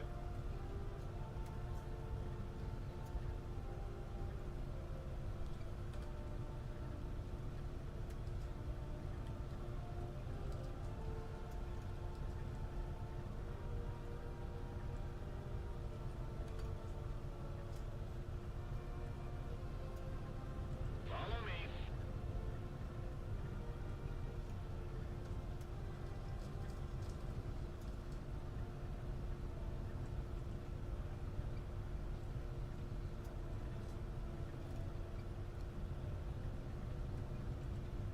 Yeah.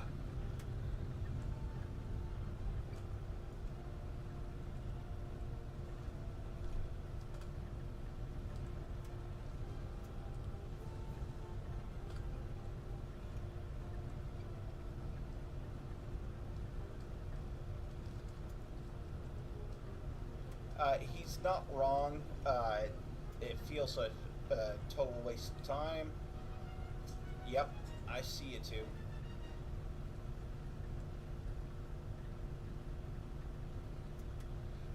Sometimes these battles, when there's limited, when you get 16 or less, there's nothing to do in one of these battles. It sucks. But if you push it through, you will still get quite a number of lions. So this is just a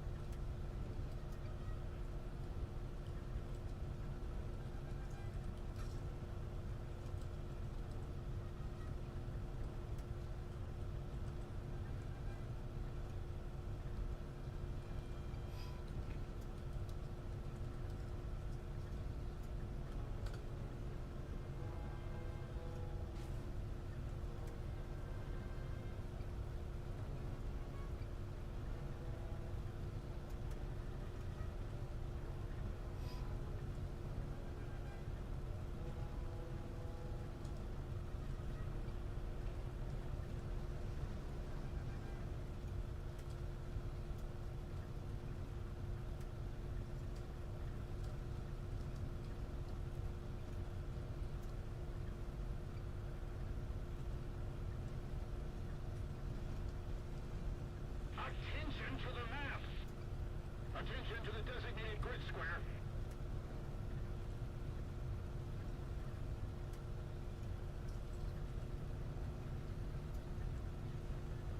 Attention to the map. On me!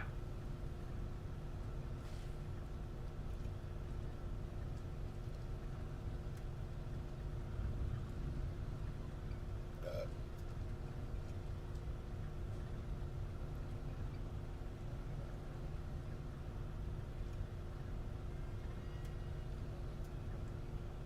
all right. So we are going to try and find some trouble here.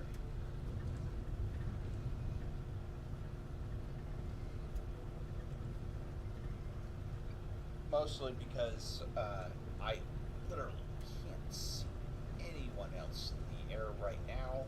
Guide on me!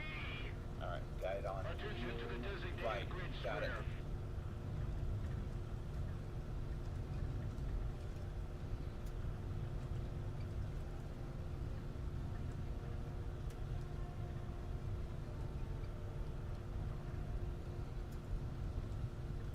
And G6, F3.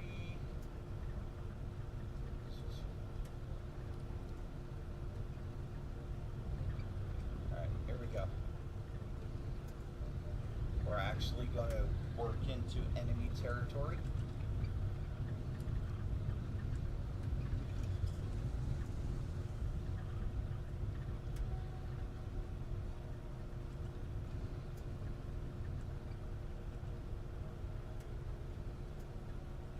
Uh-huh.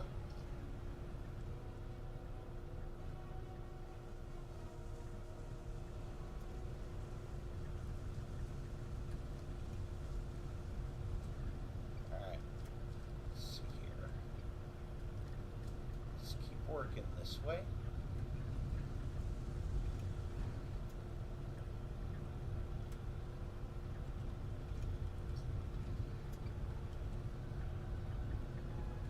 On me! Oh.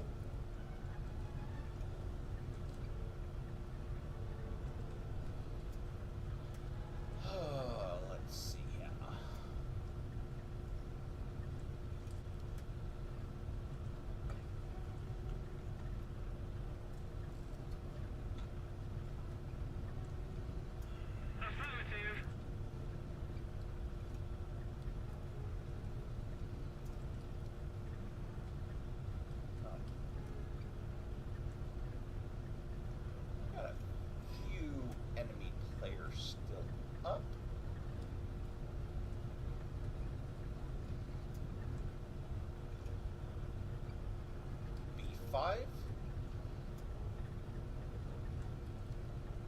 let's head that direction and see what happens. Because we're at 14, approaching 15,000 feet.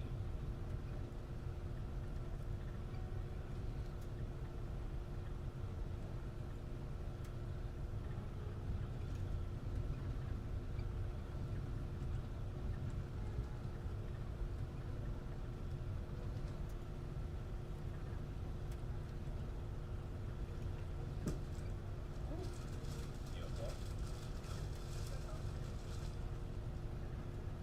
All right.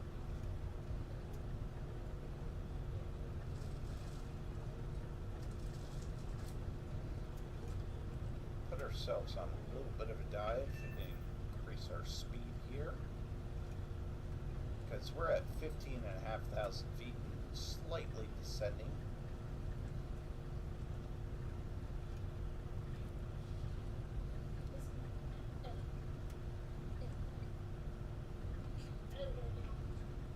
Ooh, shit, what the hell did I just see?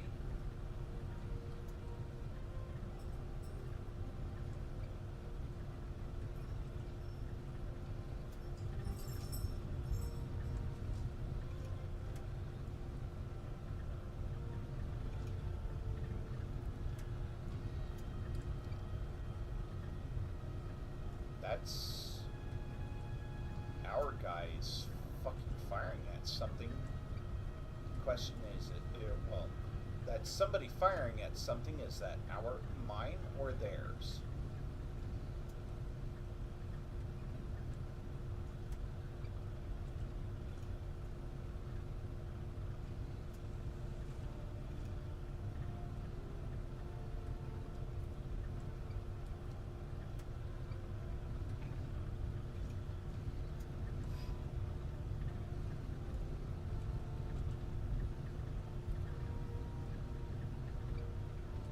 G8, yeah, you can fuck right off. Pressure on. Victory is close. And we're gonna win it. There's nothing left. Okay, let's head here and see if we can pop something on the ground. If we have time.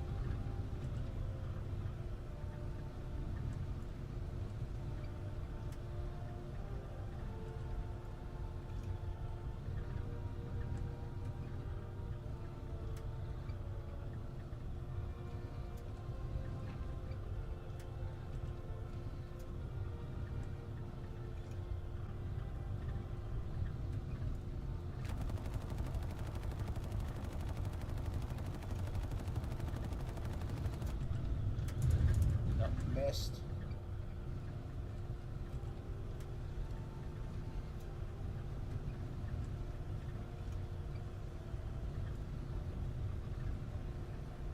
Alright, we're... No.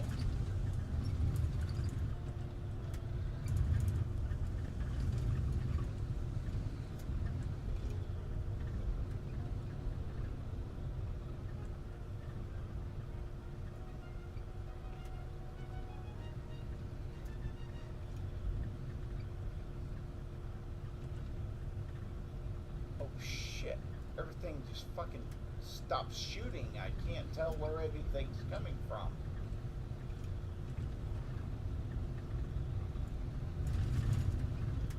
There we go.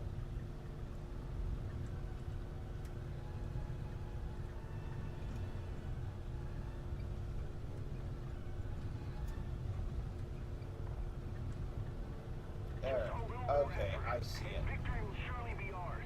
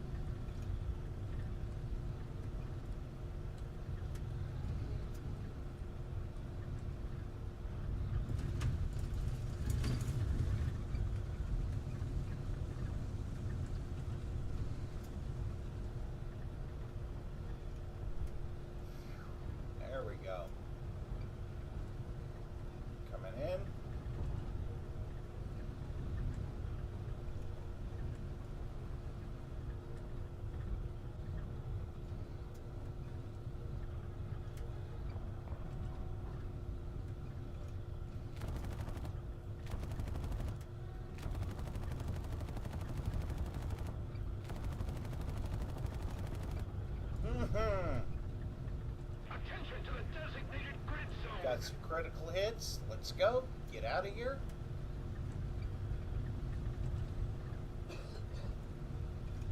Move up. All we need is one more fucking ticket. Jesus Christ. Man, once you start shooting at the ground targets, they all fucking light off on your ass. It's fucking glorious.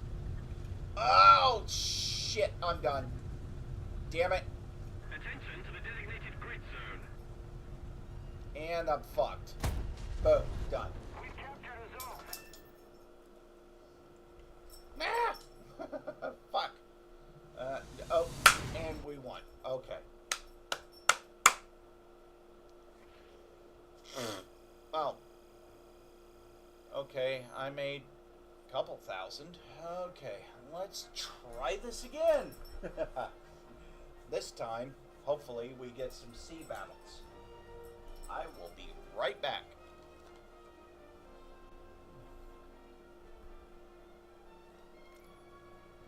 And, yep, ready up.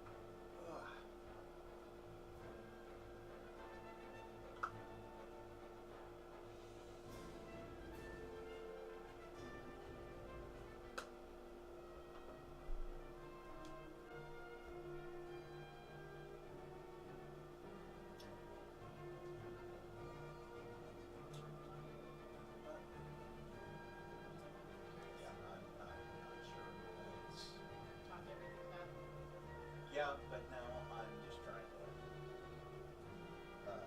lines and stuff using this plane and enjoying it. So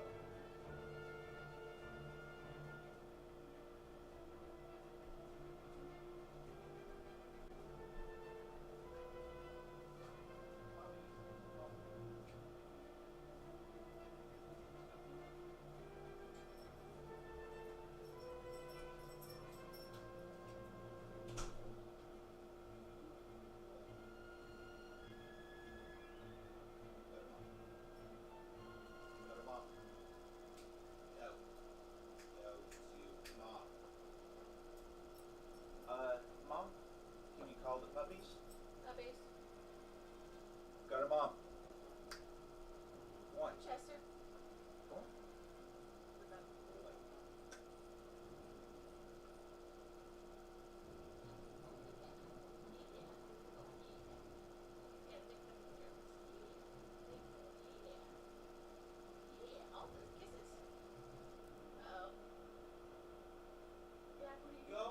Go to mom. But Go. you're my person, Dad. What are we doing? You're my person.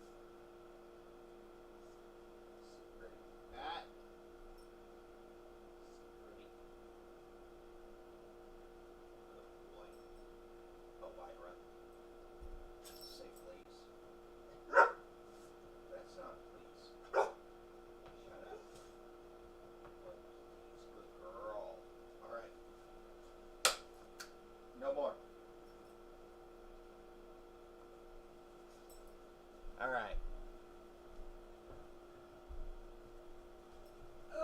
Here we go. Looks like we're in battle.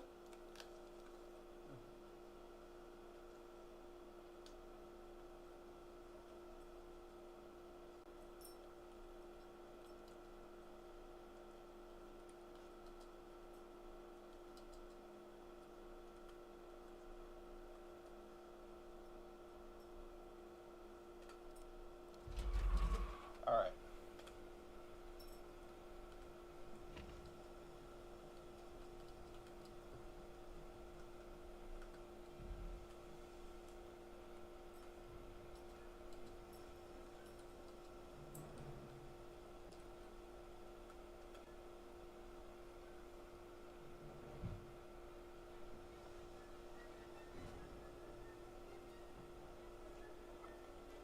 Let's see here. See if anybody's willing to do combat air patrol on a dive bomber here.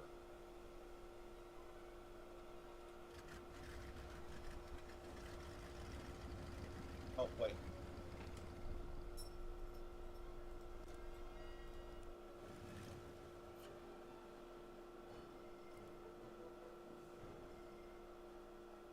Ah, fuck. Alright. Make sure we're using the correct bomb load. Alright. Yep.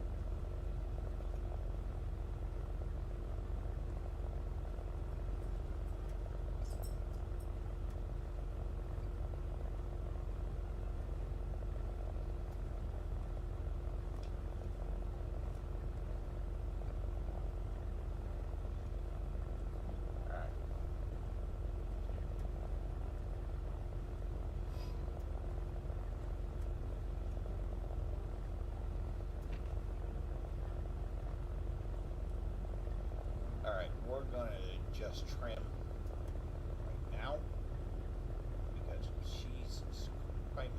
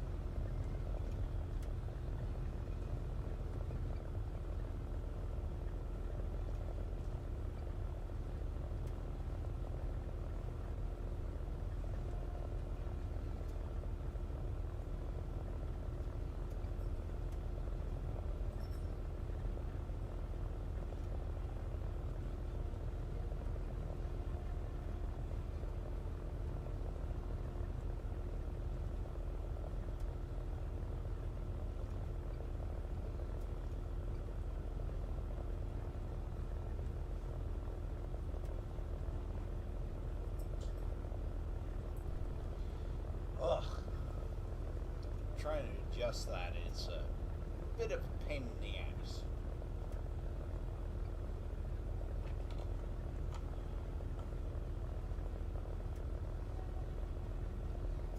Alright. Let's see. Come on. Follow me.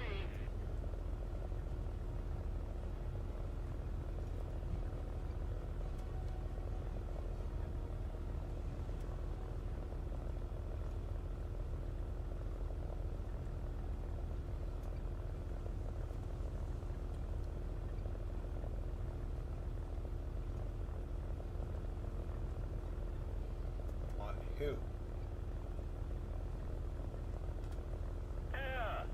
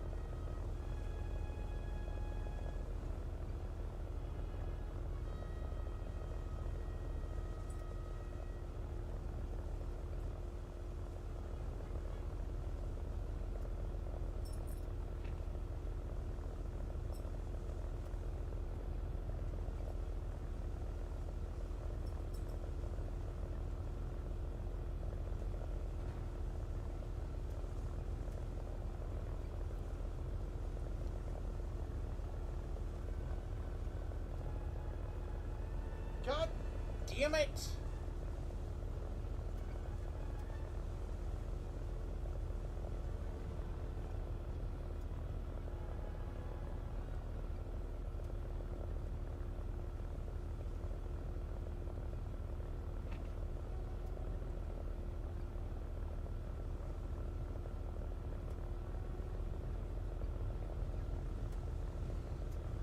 Great. Really? You fucking kidding me?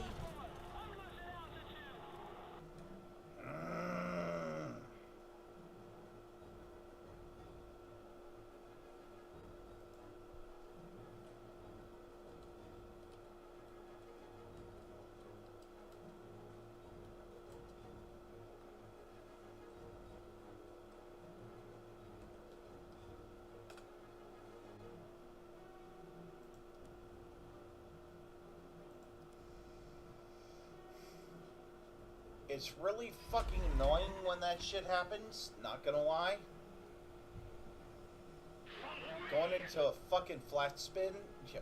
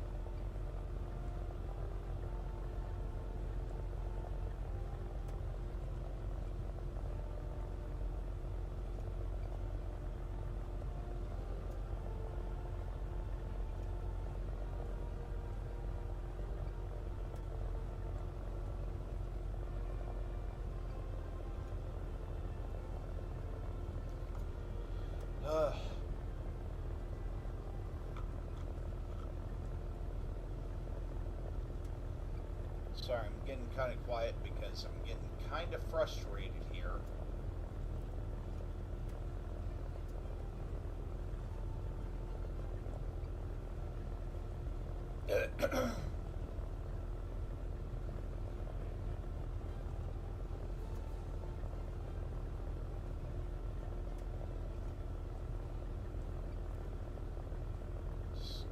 Second, 2 second interval on bombs.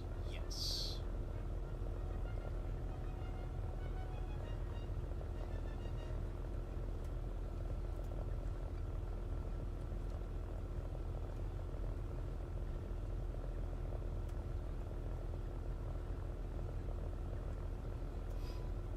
Hello.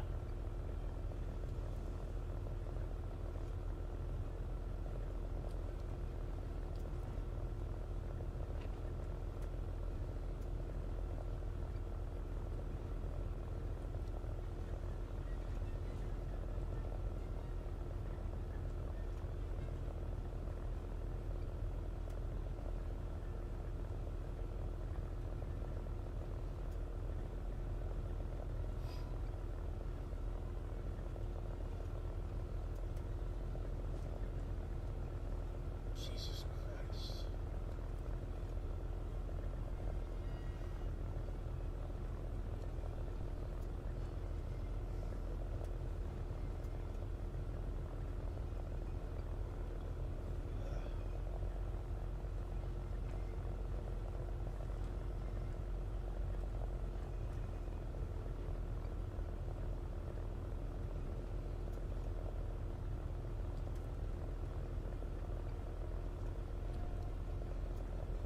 Attention to the designated grid zone.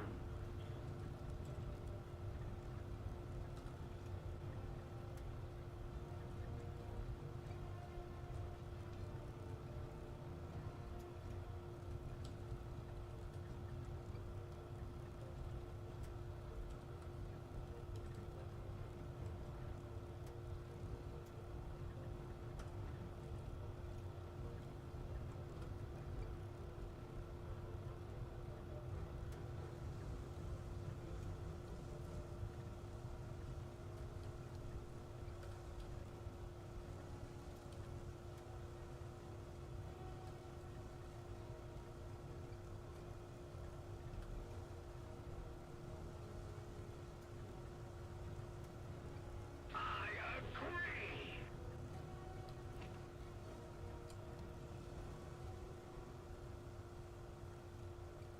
Alright. So we're going after the attacking forces at D3. What?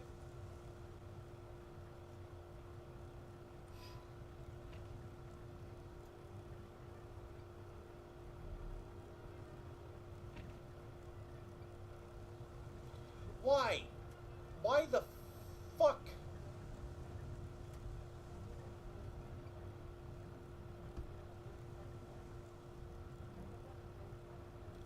Why? What happened? What? What the fuck just happened? Seriously?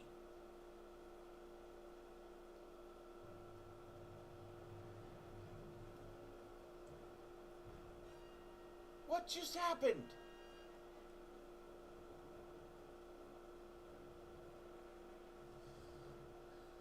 I did nothing.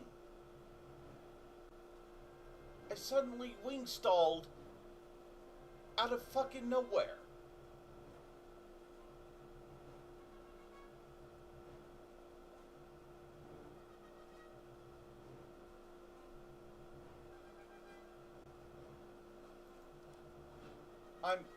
I'm quite literally missing what the fuck I did wrong. I'll have to review it later, honey. I apparently, holy shit.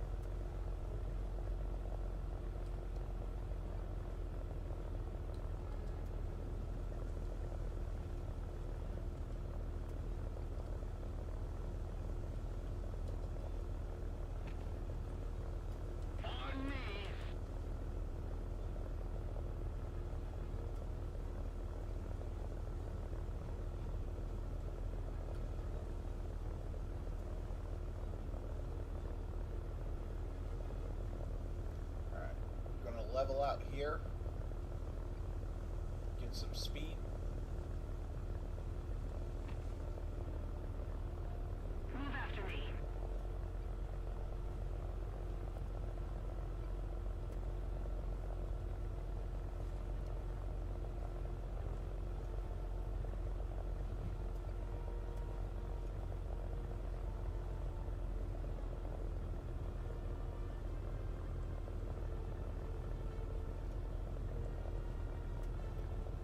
Alright, let's get a little bit of a climb here.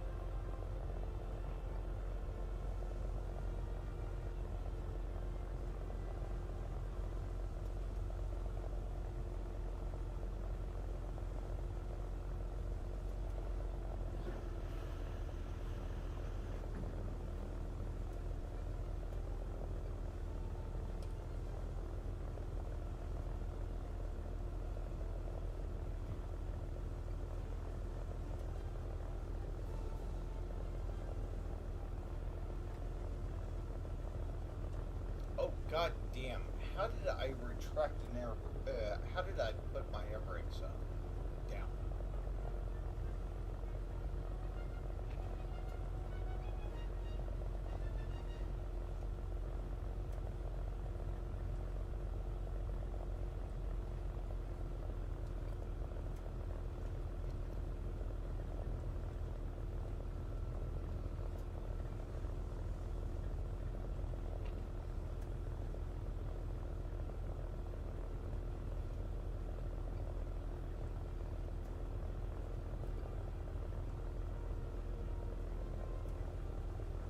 Well, shit.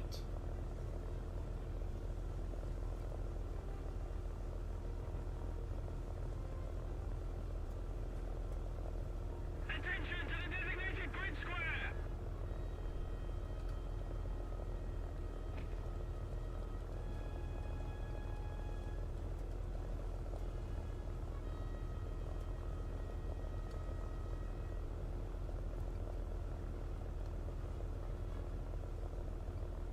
Affirmative! Attention to the designated grid square!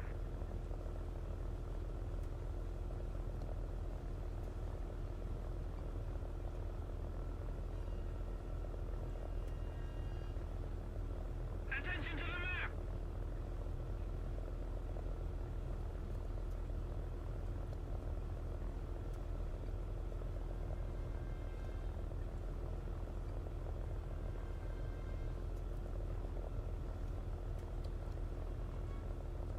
Alright, so now I'm going for a base because the original target I wanted disappeared.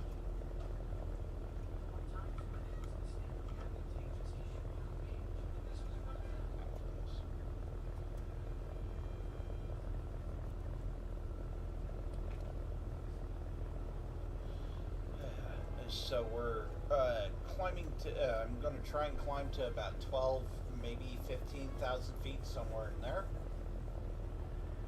Hopefully I don't get my ass stomped. It looks like we have more individuals in the air than they do, but it's not necessarily.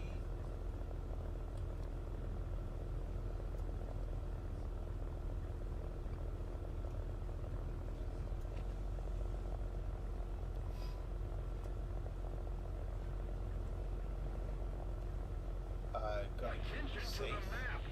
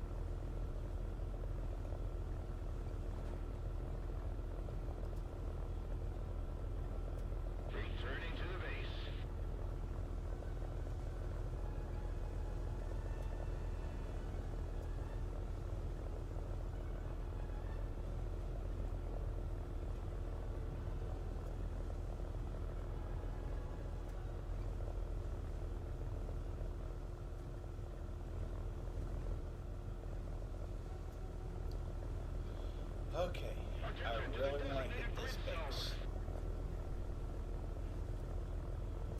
Just because I fucking can.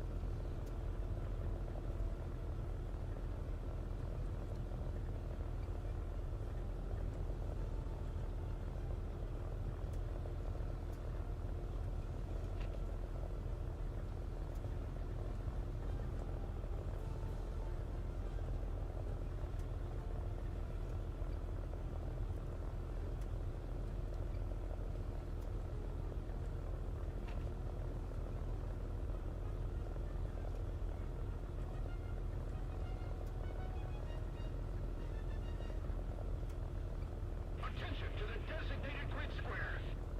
Attention to the map.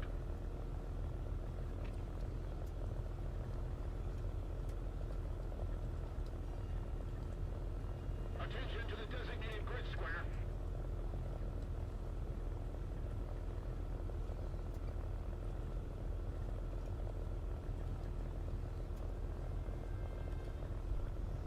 Alright.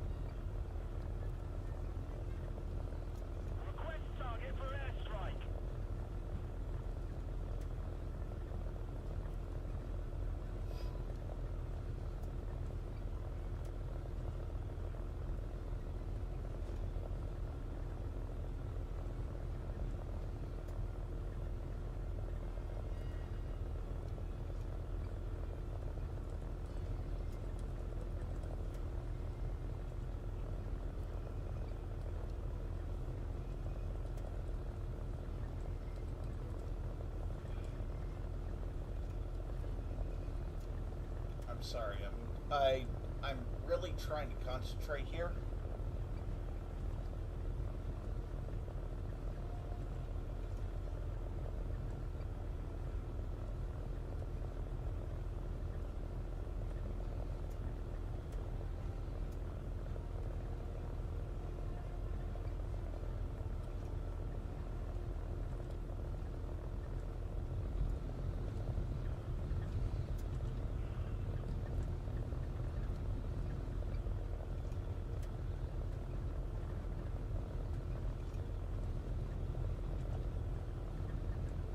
Roger that.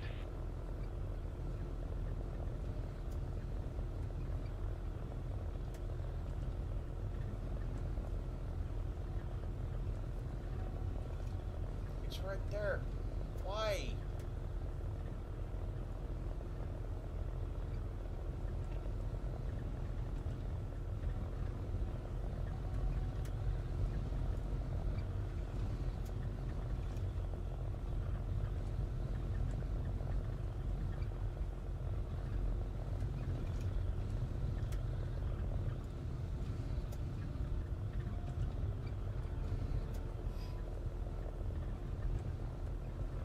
Attack the God A point. damn it.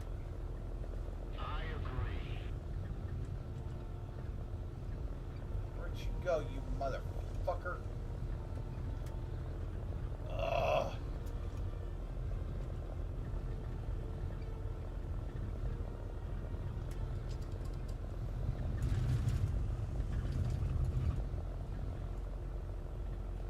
Thank you.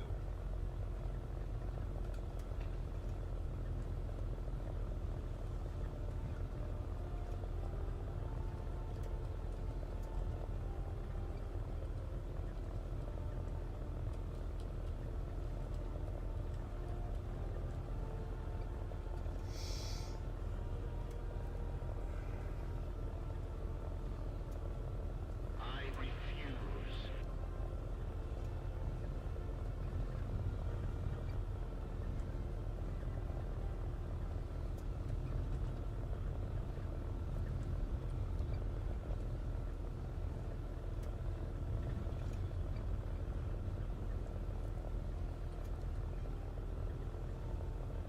Bravo.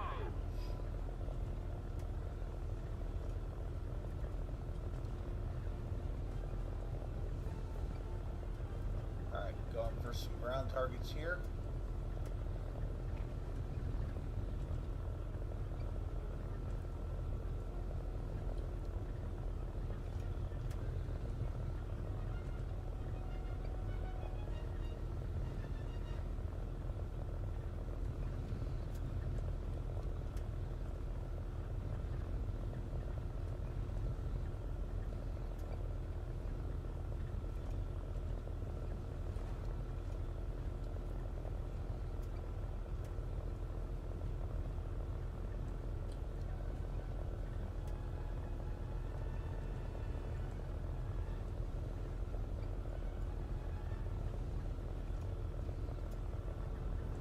No, I'm not.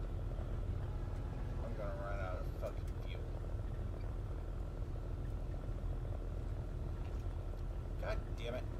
Alright. Attack the A point.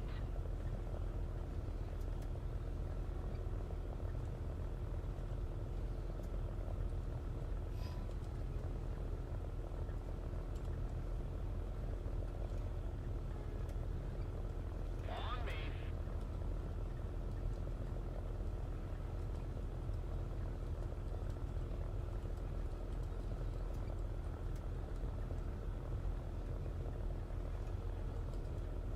I'm sorry.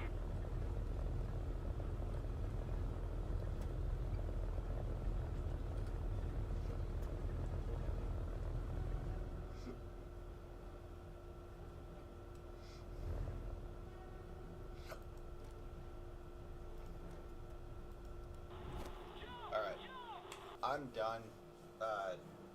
It's been a great night, but overall, not much happened. It's. Oh.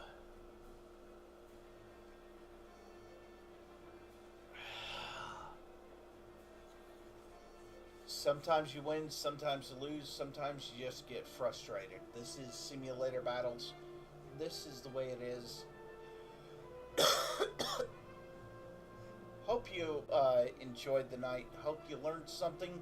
If you didn't, well, I'm sorry. I'm not a great teacher. But I love you all. Take care. And this is Rooster Caffeine. This has been Rooster Plays the Thing. 6 Emperor Invictus, people.